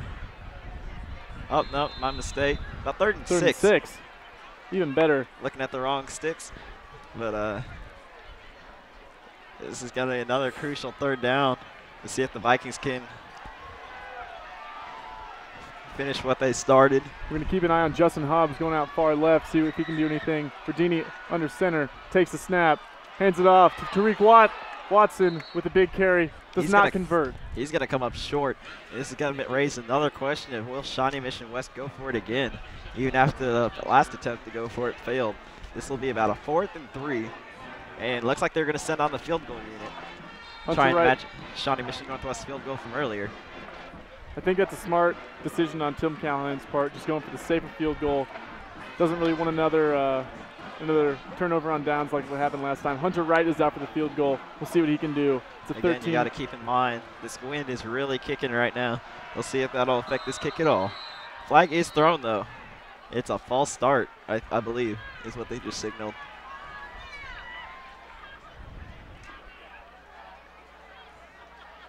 See what the referee has to say. This game has just been filled with flags. Dead ball, false start, offense, 5-yard penalty.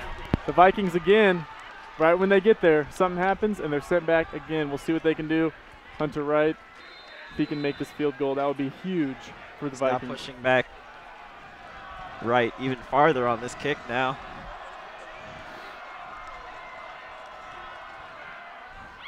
And it's again no good. The Cougar defense has held the West Viking offense once again to no points in red zone territory. That is a great momentum shift for the Northwest Cougars as they're going to look to capitalize off of that 2nd missed field goal. Again, momentum change after momentum change. West is making an advance and Northwest is just shutting them down. The Vikings need to make a change. Going with only 10 minutes left, they need to figure out what they're doing wrong and fix it so that they can hold these Northwest Cougars to no more scoring and hopefully get some points on the board.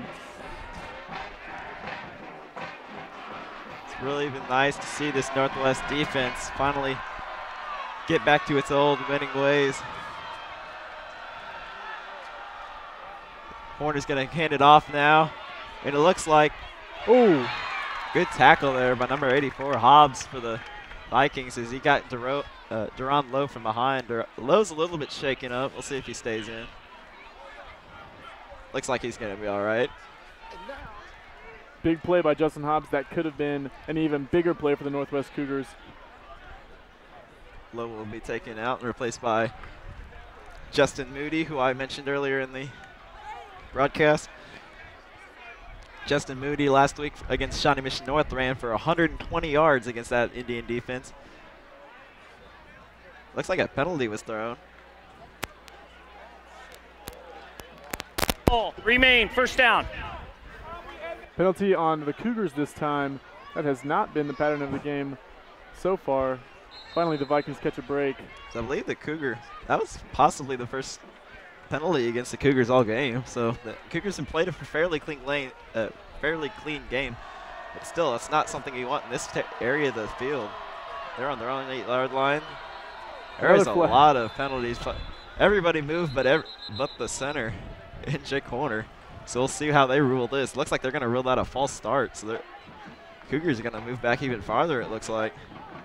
We talked about the passion of this game a lot, and we can see that in all the flags being thrown. Sometimes the passion takes over, and it affects the sportsmanship, and it looks like a lot of rough play out there on both sides.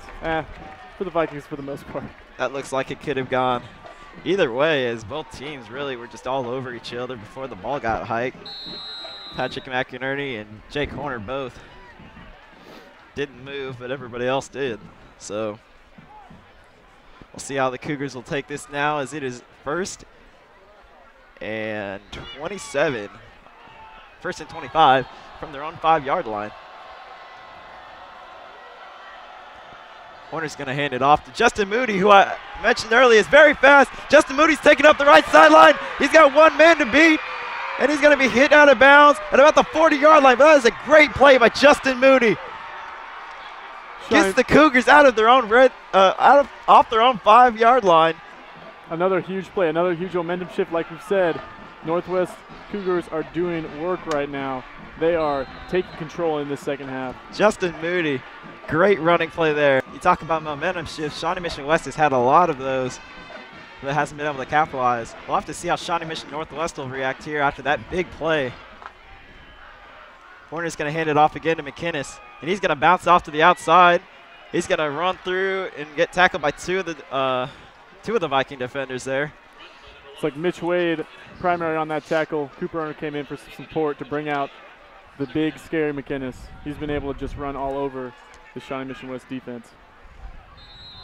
So the Shawnee Mission Northwest running game, again, is just staying key, staying true to what they want.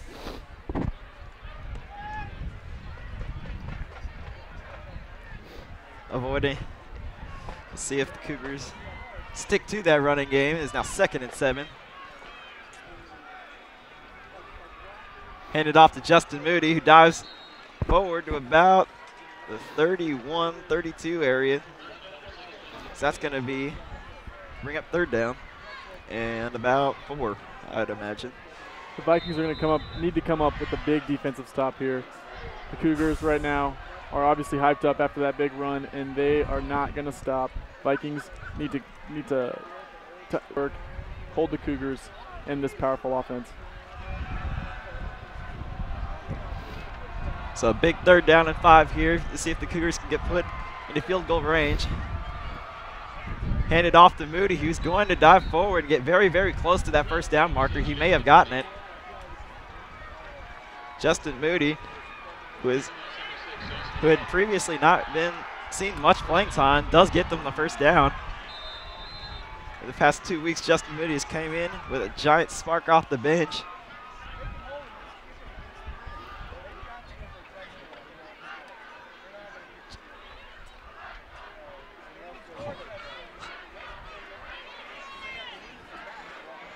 So here it is, 1st and 10 now from the 27-yard line.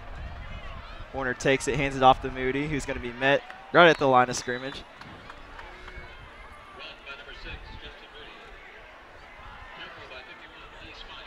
The West defense trying to get a stop here. Good tackle there, not a big gain. And they will continue to do what they do. Hopefully they can be penalty-free on this drive. One key factor of this Shawnee Mission Northwest offense, as they run it so much, that makes the clock tick down. The clock will not stop unless they get pushed out of bounds, which is, in this case, is what Northwest wants. Horner's gonna fake the handoff, roll back to the right. He's gonna get to the outside and hit out of bounds, maybe gaining a yard. So that's gonna bring up another long third down.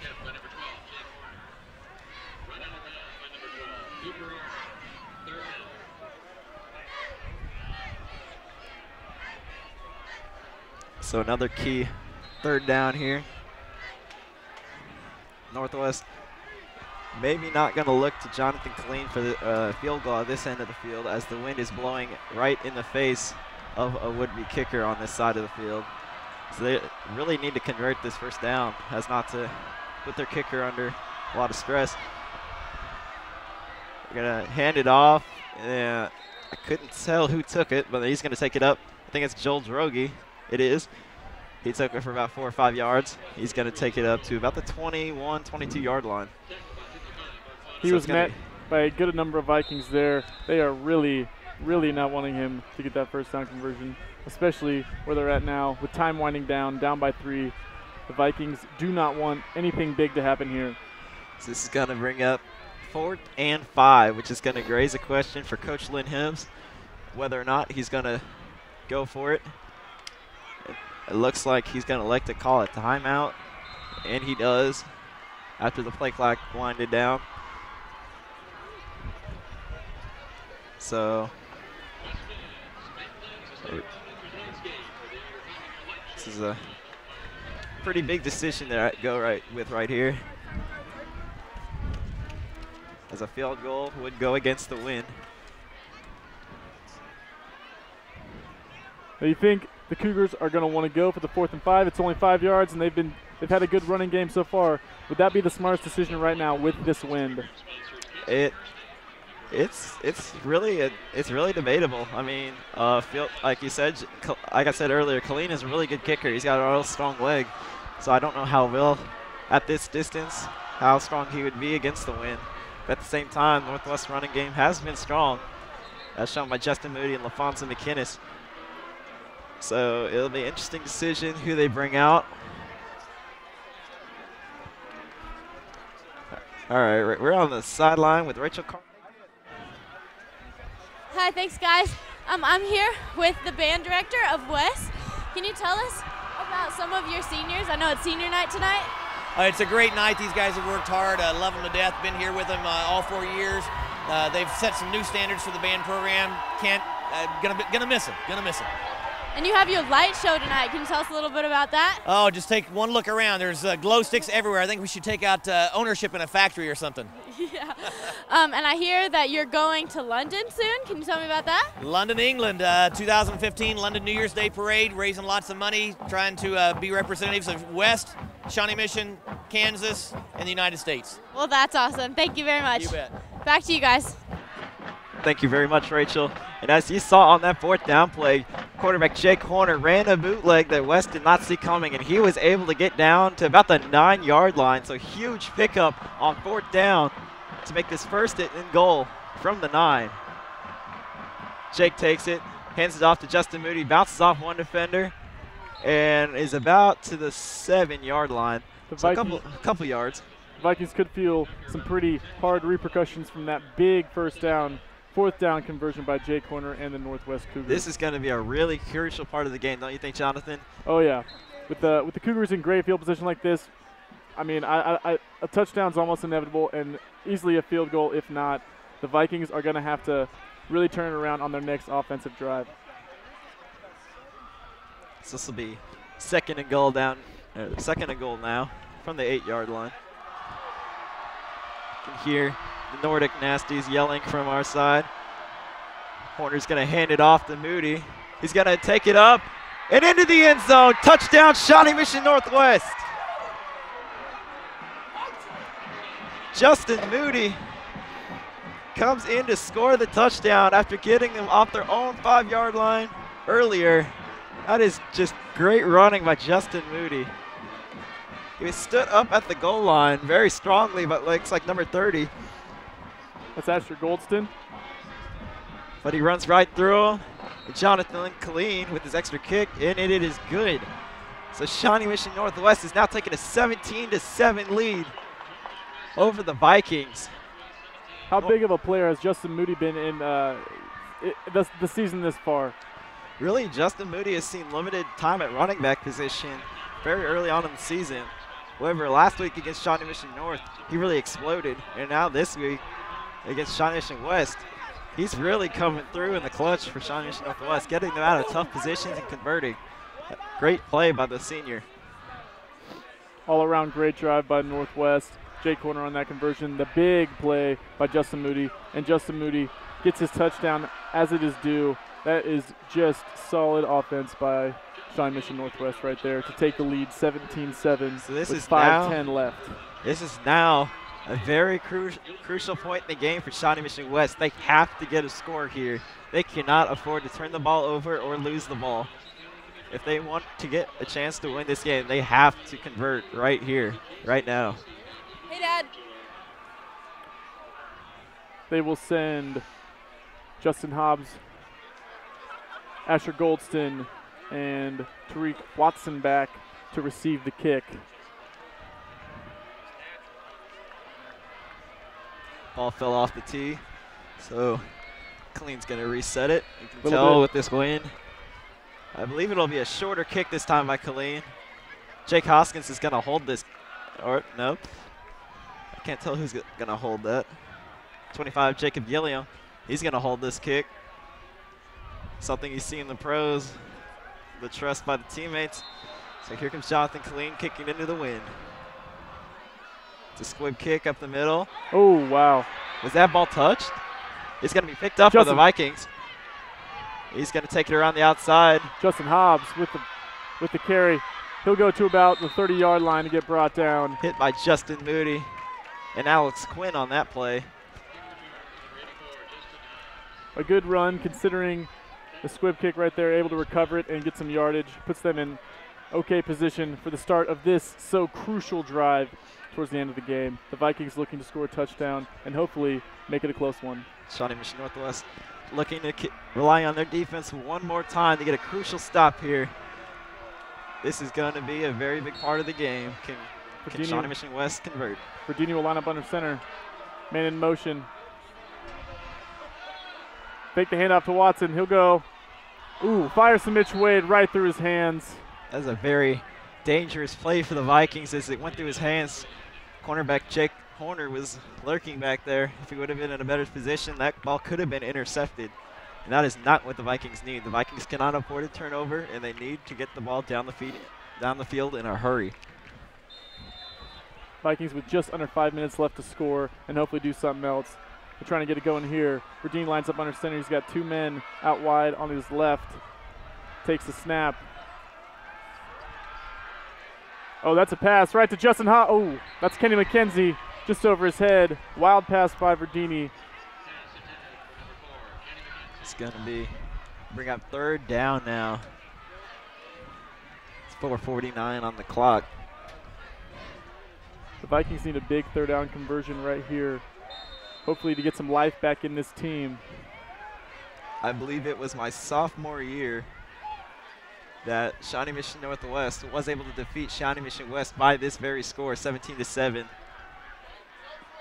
They're back in that wildcat formation again. Asher Goldston will take the snap. Hands it up. Ooh, fakes the handoff. Asher Goldston right at the middle. Not enough for the first down. We'll see what Coach Tim Callahan decides. You have to imagine he's going to go for it on fourth down here. No doubt about it. They're going to keep their starting offense in. And that will be about 4th and 3 for the Vikings. This could be a game changer right here if they can clinch this fourth down conversion. Yep, this is arguably the game right here.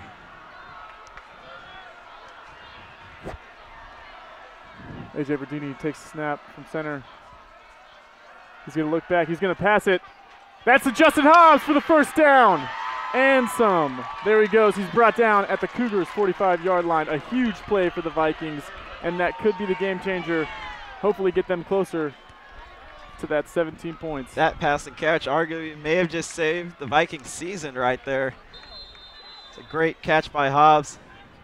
We'll see what the Cougars can do on defense. to stop these Vikings right now. AJ Verdini receiving the ball. He fakes the handoff under pressure again. Gets to Cooper Arner. He's wide open. And he lost the ball. Stripped. That ball fell out of bounds. The ball was fumbled, but it was fumbled out of bounds. They'll call that pass complete, and Vikings will take it at the 21-yard line. AJ Verdini took a shot on that play by, I believe it was Kendall Spencer, getting to him right as he was throwing that ball. He's been facing that pressure all game and handling it quite well. AJ Verdini take the snap under center again.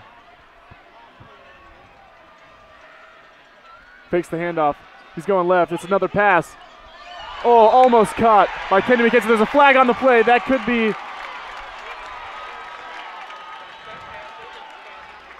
That could be rough. Looks like it's going to be a pass interference. Pass interference. Let's see on the replay here, see if we see what the referee saw. It's to Kenny McKenzie, and there's the flag. We couldn't quite see what happened. Referee will give us the idea. McKenny. Pass interference on the defense. Half the distance to the goal. It will be first down. That's a big, big play for the Vikings. That puts them in great position. We'll see what they can do right here. Verdini taking the snap under center. It's a handoff to Watson. He'll get a nice gain. Put him at the 6-yard line. We mentioned earlier how the Cougars were avoiding their penalties, but they've had three fourth quarter penalties now. They lasted most of this game cleanly, but now of late, they are not converting well. Verdini with the handoff to Watson again. He's right through. He's brought down about the 2-yard line. Mariska Savior ripping him back with his strength there. Had that been any other man, Watson may have been able to take him all the way in, but Mariska Savior with his strength just rips him backwards. A good run by Watson there, but the Cougars, as always, are right there to bring him down and save those precious points. A big tackle for Northwest. Thanks to generous community support, a new fund has been created that will help meet student needs and help make sure all Shawnee Mission students have the best opportunity for success. To find out more, visit www.smef.org. This is going to be a crucial play now for the Cougars and for the Vikings as well, as it's a 3rd and 2 on that 3-yard line, so West can still get a first down off of this, and if they get that first down, you have to imagine that they would score. So this is going to be a pretty big couple of plays here. West will need 2 scores, so we'll have to see how they decide they want to get those 2 scores to come up. Not only is this a big offensive drive for the Vikings, but the next offensive drive for the Northwest is going to be a huge opportunity for the Vikings to make that defensive shutdown and hopefully turn this game around in their favor. You have to imagine Shawnee Mission West will go for an onside kick too. Here we go. Verdini takes the snap. Justin Hobbs will make it in for the touchdown. That's touchdown Vikings. They will have 14 points, just down by 3. 3 minutes left in the 4th quarter. A huge play for the Vikings. Great play all around. Great run by Justin Hobbs. That is a big one, a big game changer. We'll see what Northwest can do to respond. After that run by Hobbs getting into the end zone, it's now a 17-13 Shawnee Mission Northwest lead. We'll have to see Shawnee Mission West can convert the extra point.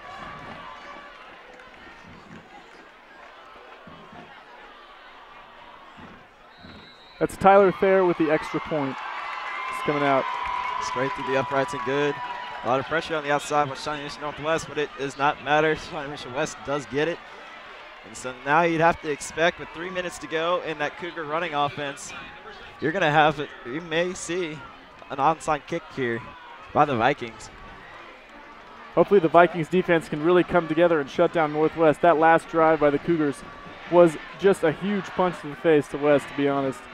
They just plowed right through the defense and really got the job done. Hopefully West can come together right now. Some ideas to keep in mind about these onside kicks. They must go 10 yards before the kicking team can recover it. So we'll see if Shawnee Mission West is able to convert on that.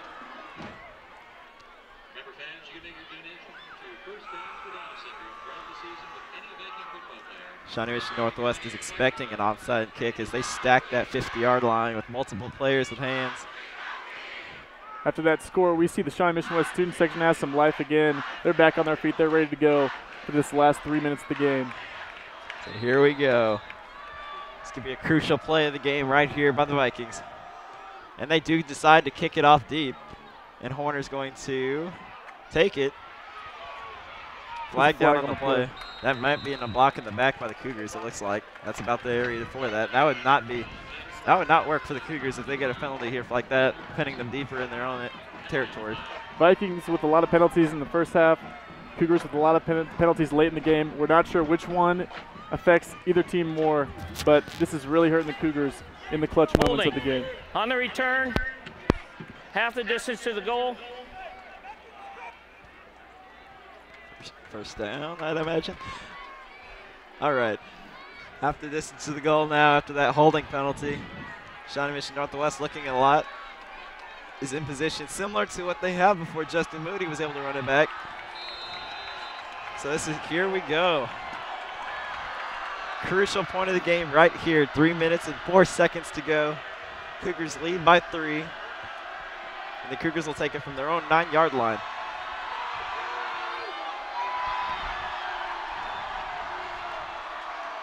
Horner hands it off. I couldn't see who took that. Looked like it's Justin Moody. He took it about the 11-yard line.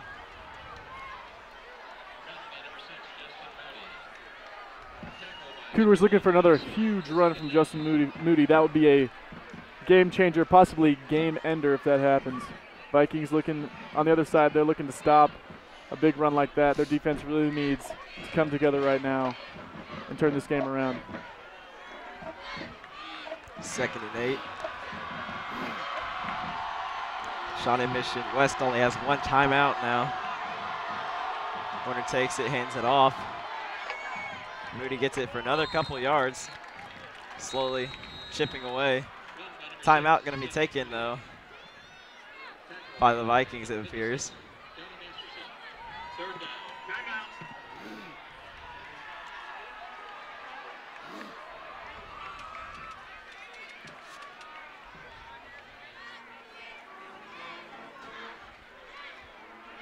A financial aid night, one that will provide information to parents and students about free application for student aid, will be held at Shawnee Mission Northwest at 7 p.m. on November 13th. It's like we were talking about earlier. This is a key point of this game. It's a 3rd and 6. Cougars are deep in their own territory. The Vikings need to hold Northwest right here in order to give them a good chance to tie this game and possibly take the lead. If Cougars get the conversion, that could be another huge moment for them. If Shawnee Mission Northwest is able to get a first down at any point during the series, you have to imagine this game might be over. But we shall see right here. 3rd and 6. Horner's going to roll to the right. And I couldn't see where he landed. Looks like he's a little bit short of the first down by about maybe a yard. Horner just short, displaying his running ability as he has throughout the game. It is pretty incredible to see a quarterback play that many positions and be that athletic.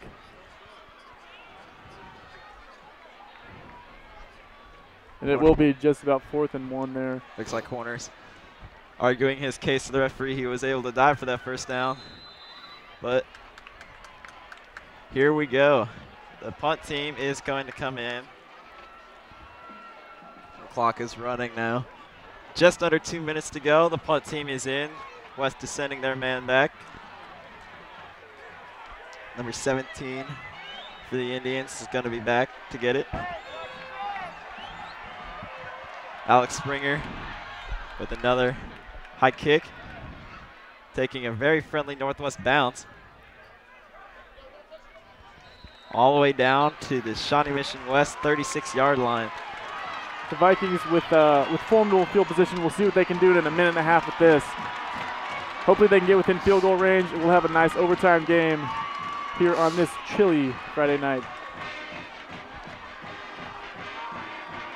Travis, what do you think is going through Northwest's head right now as they line up to have hopefully a big defensive stop? They just don't want to allow the long ball. That's all that they want. They have one timeout remaining just in case things go wary, but they don't plan to use it. They just want to see that clock hit triple zeros. Virginia lining up under the center. He will roll right.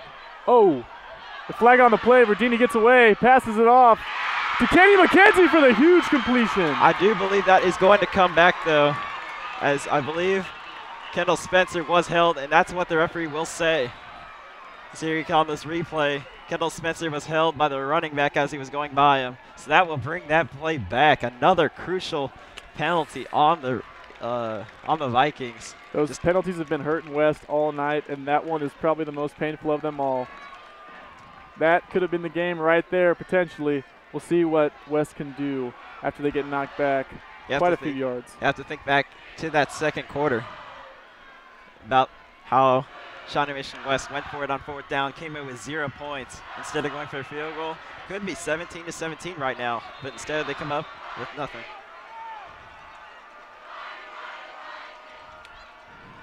Verdini takes the snap, rolls to his right. He'll pass it to Justin Hobbs, who drops the pass just right through his hands. That could be the game right there. It's only second down, though. Second and 24. About 82 ticks to go.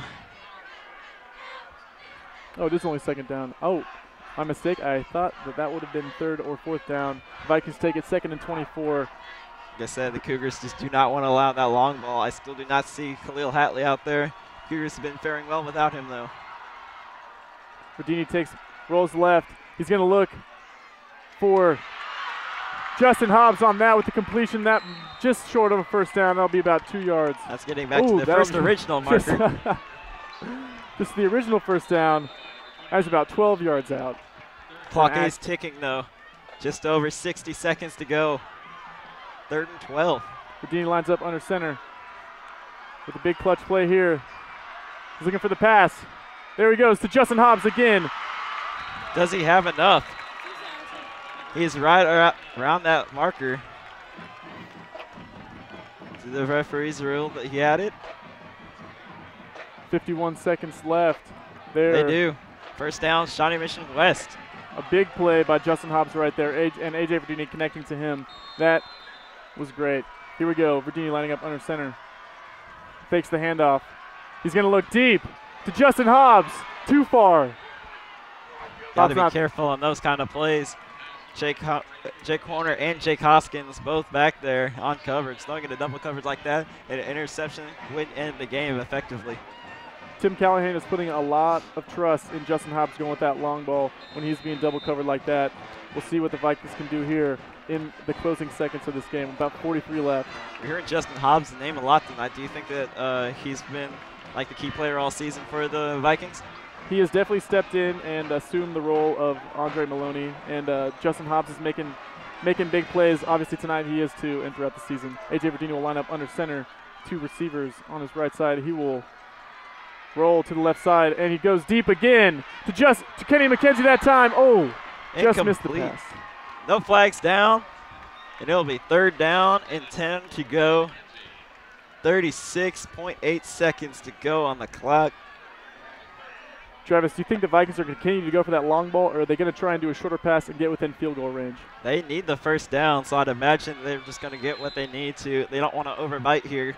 So if they try to go for another long ball like that again, that might end their season effectively. They still have 2 downs to go, so you know they're going to go for 4th down here. 36.5 seconds to go. Let's see how they do this. 3rd and 10 at the 46. A.J. Verdini will not be in that wildcat formation. Here he goes. Takes the pass, rolls to his left again. Under a little bit of pressure. There he goes with the pass to Justin Hobbs. It's intercepted! Intercepted by Jacob Gilliam. He's at the 45, 40. He's gonna get it all the way down to the 32-yard line. That could be the game there, folks. A huge play by Northwest on the interception. That is great instincts, a great pick, and a great run back. Shawnee Mission Northwest intercepts A.J. Verdini. And you can just see the heartbreak on the field by the Shawnee Mission West Vikings. That's a huge play. Mistakes have been the story for the Vikings tonight, and that one is the worst of them all. The Vikings could have had great field position many times, but that is going to be a killer. With 22 seconds left, I don't think there's really much chance anything's going to happen, and Northwest will take home the win tonight. A much-deserved win as they played a great game. Shawnee Mission Northwest really, though, they need to make sure they don't do anything stupid at all. They need to close out the game.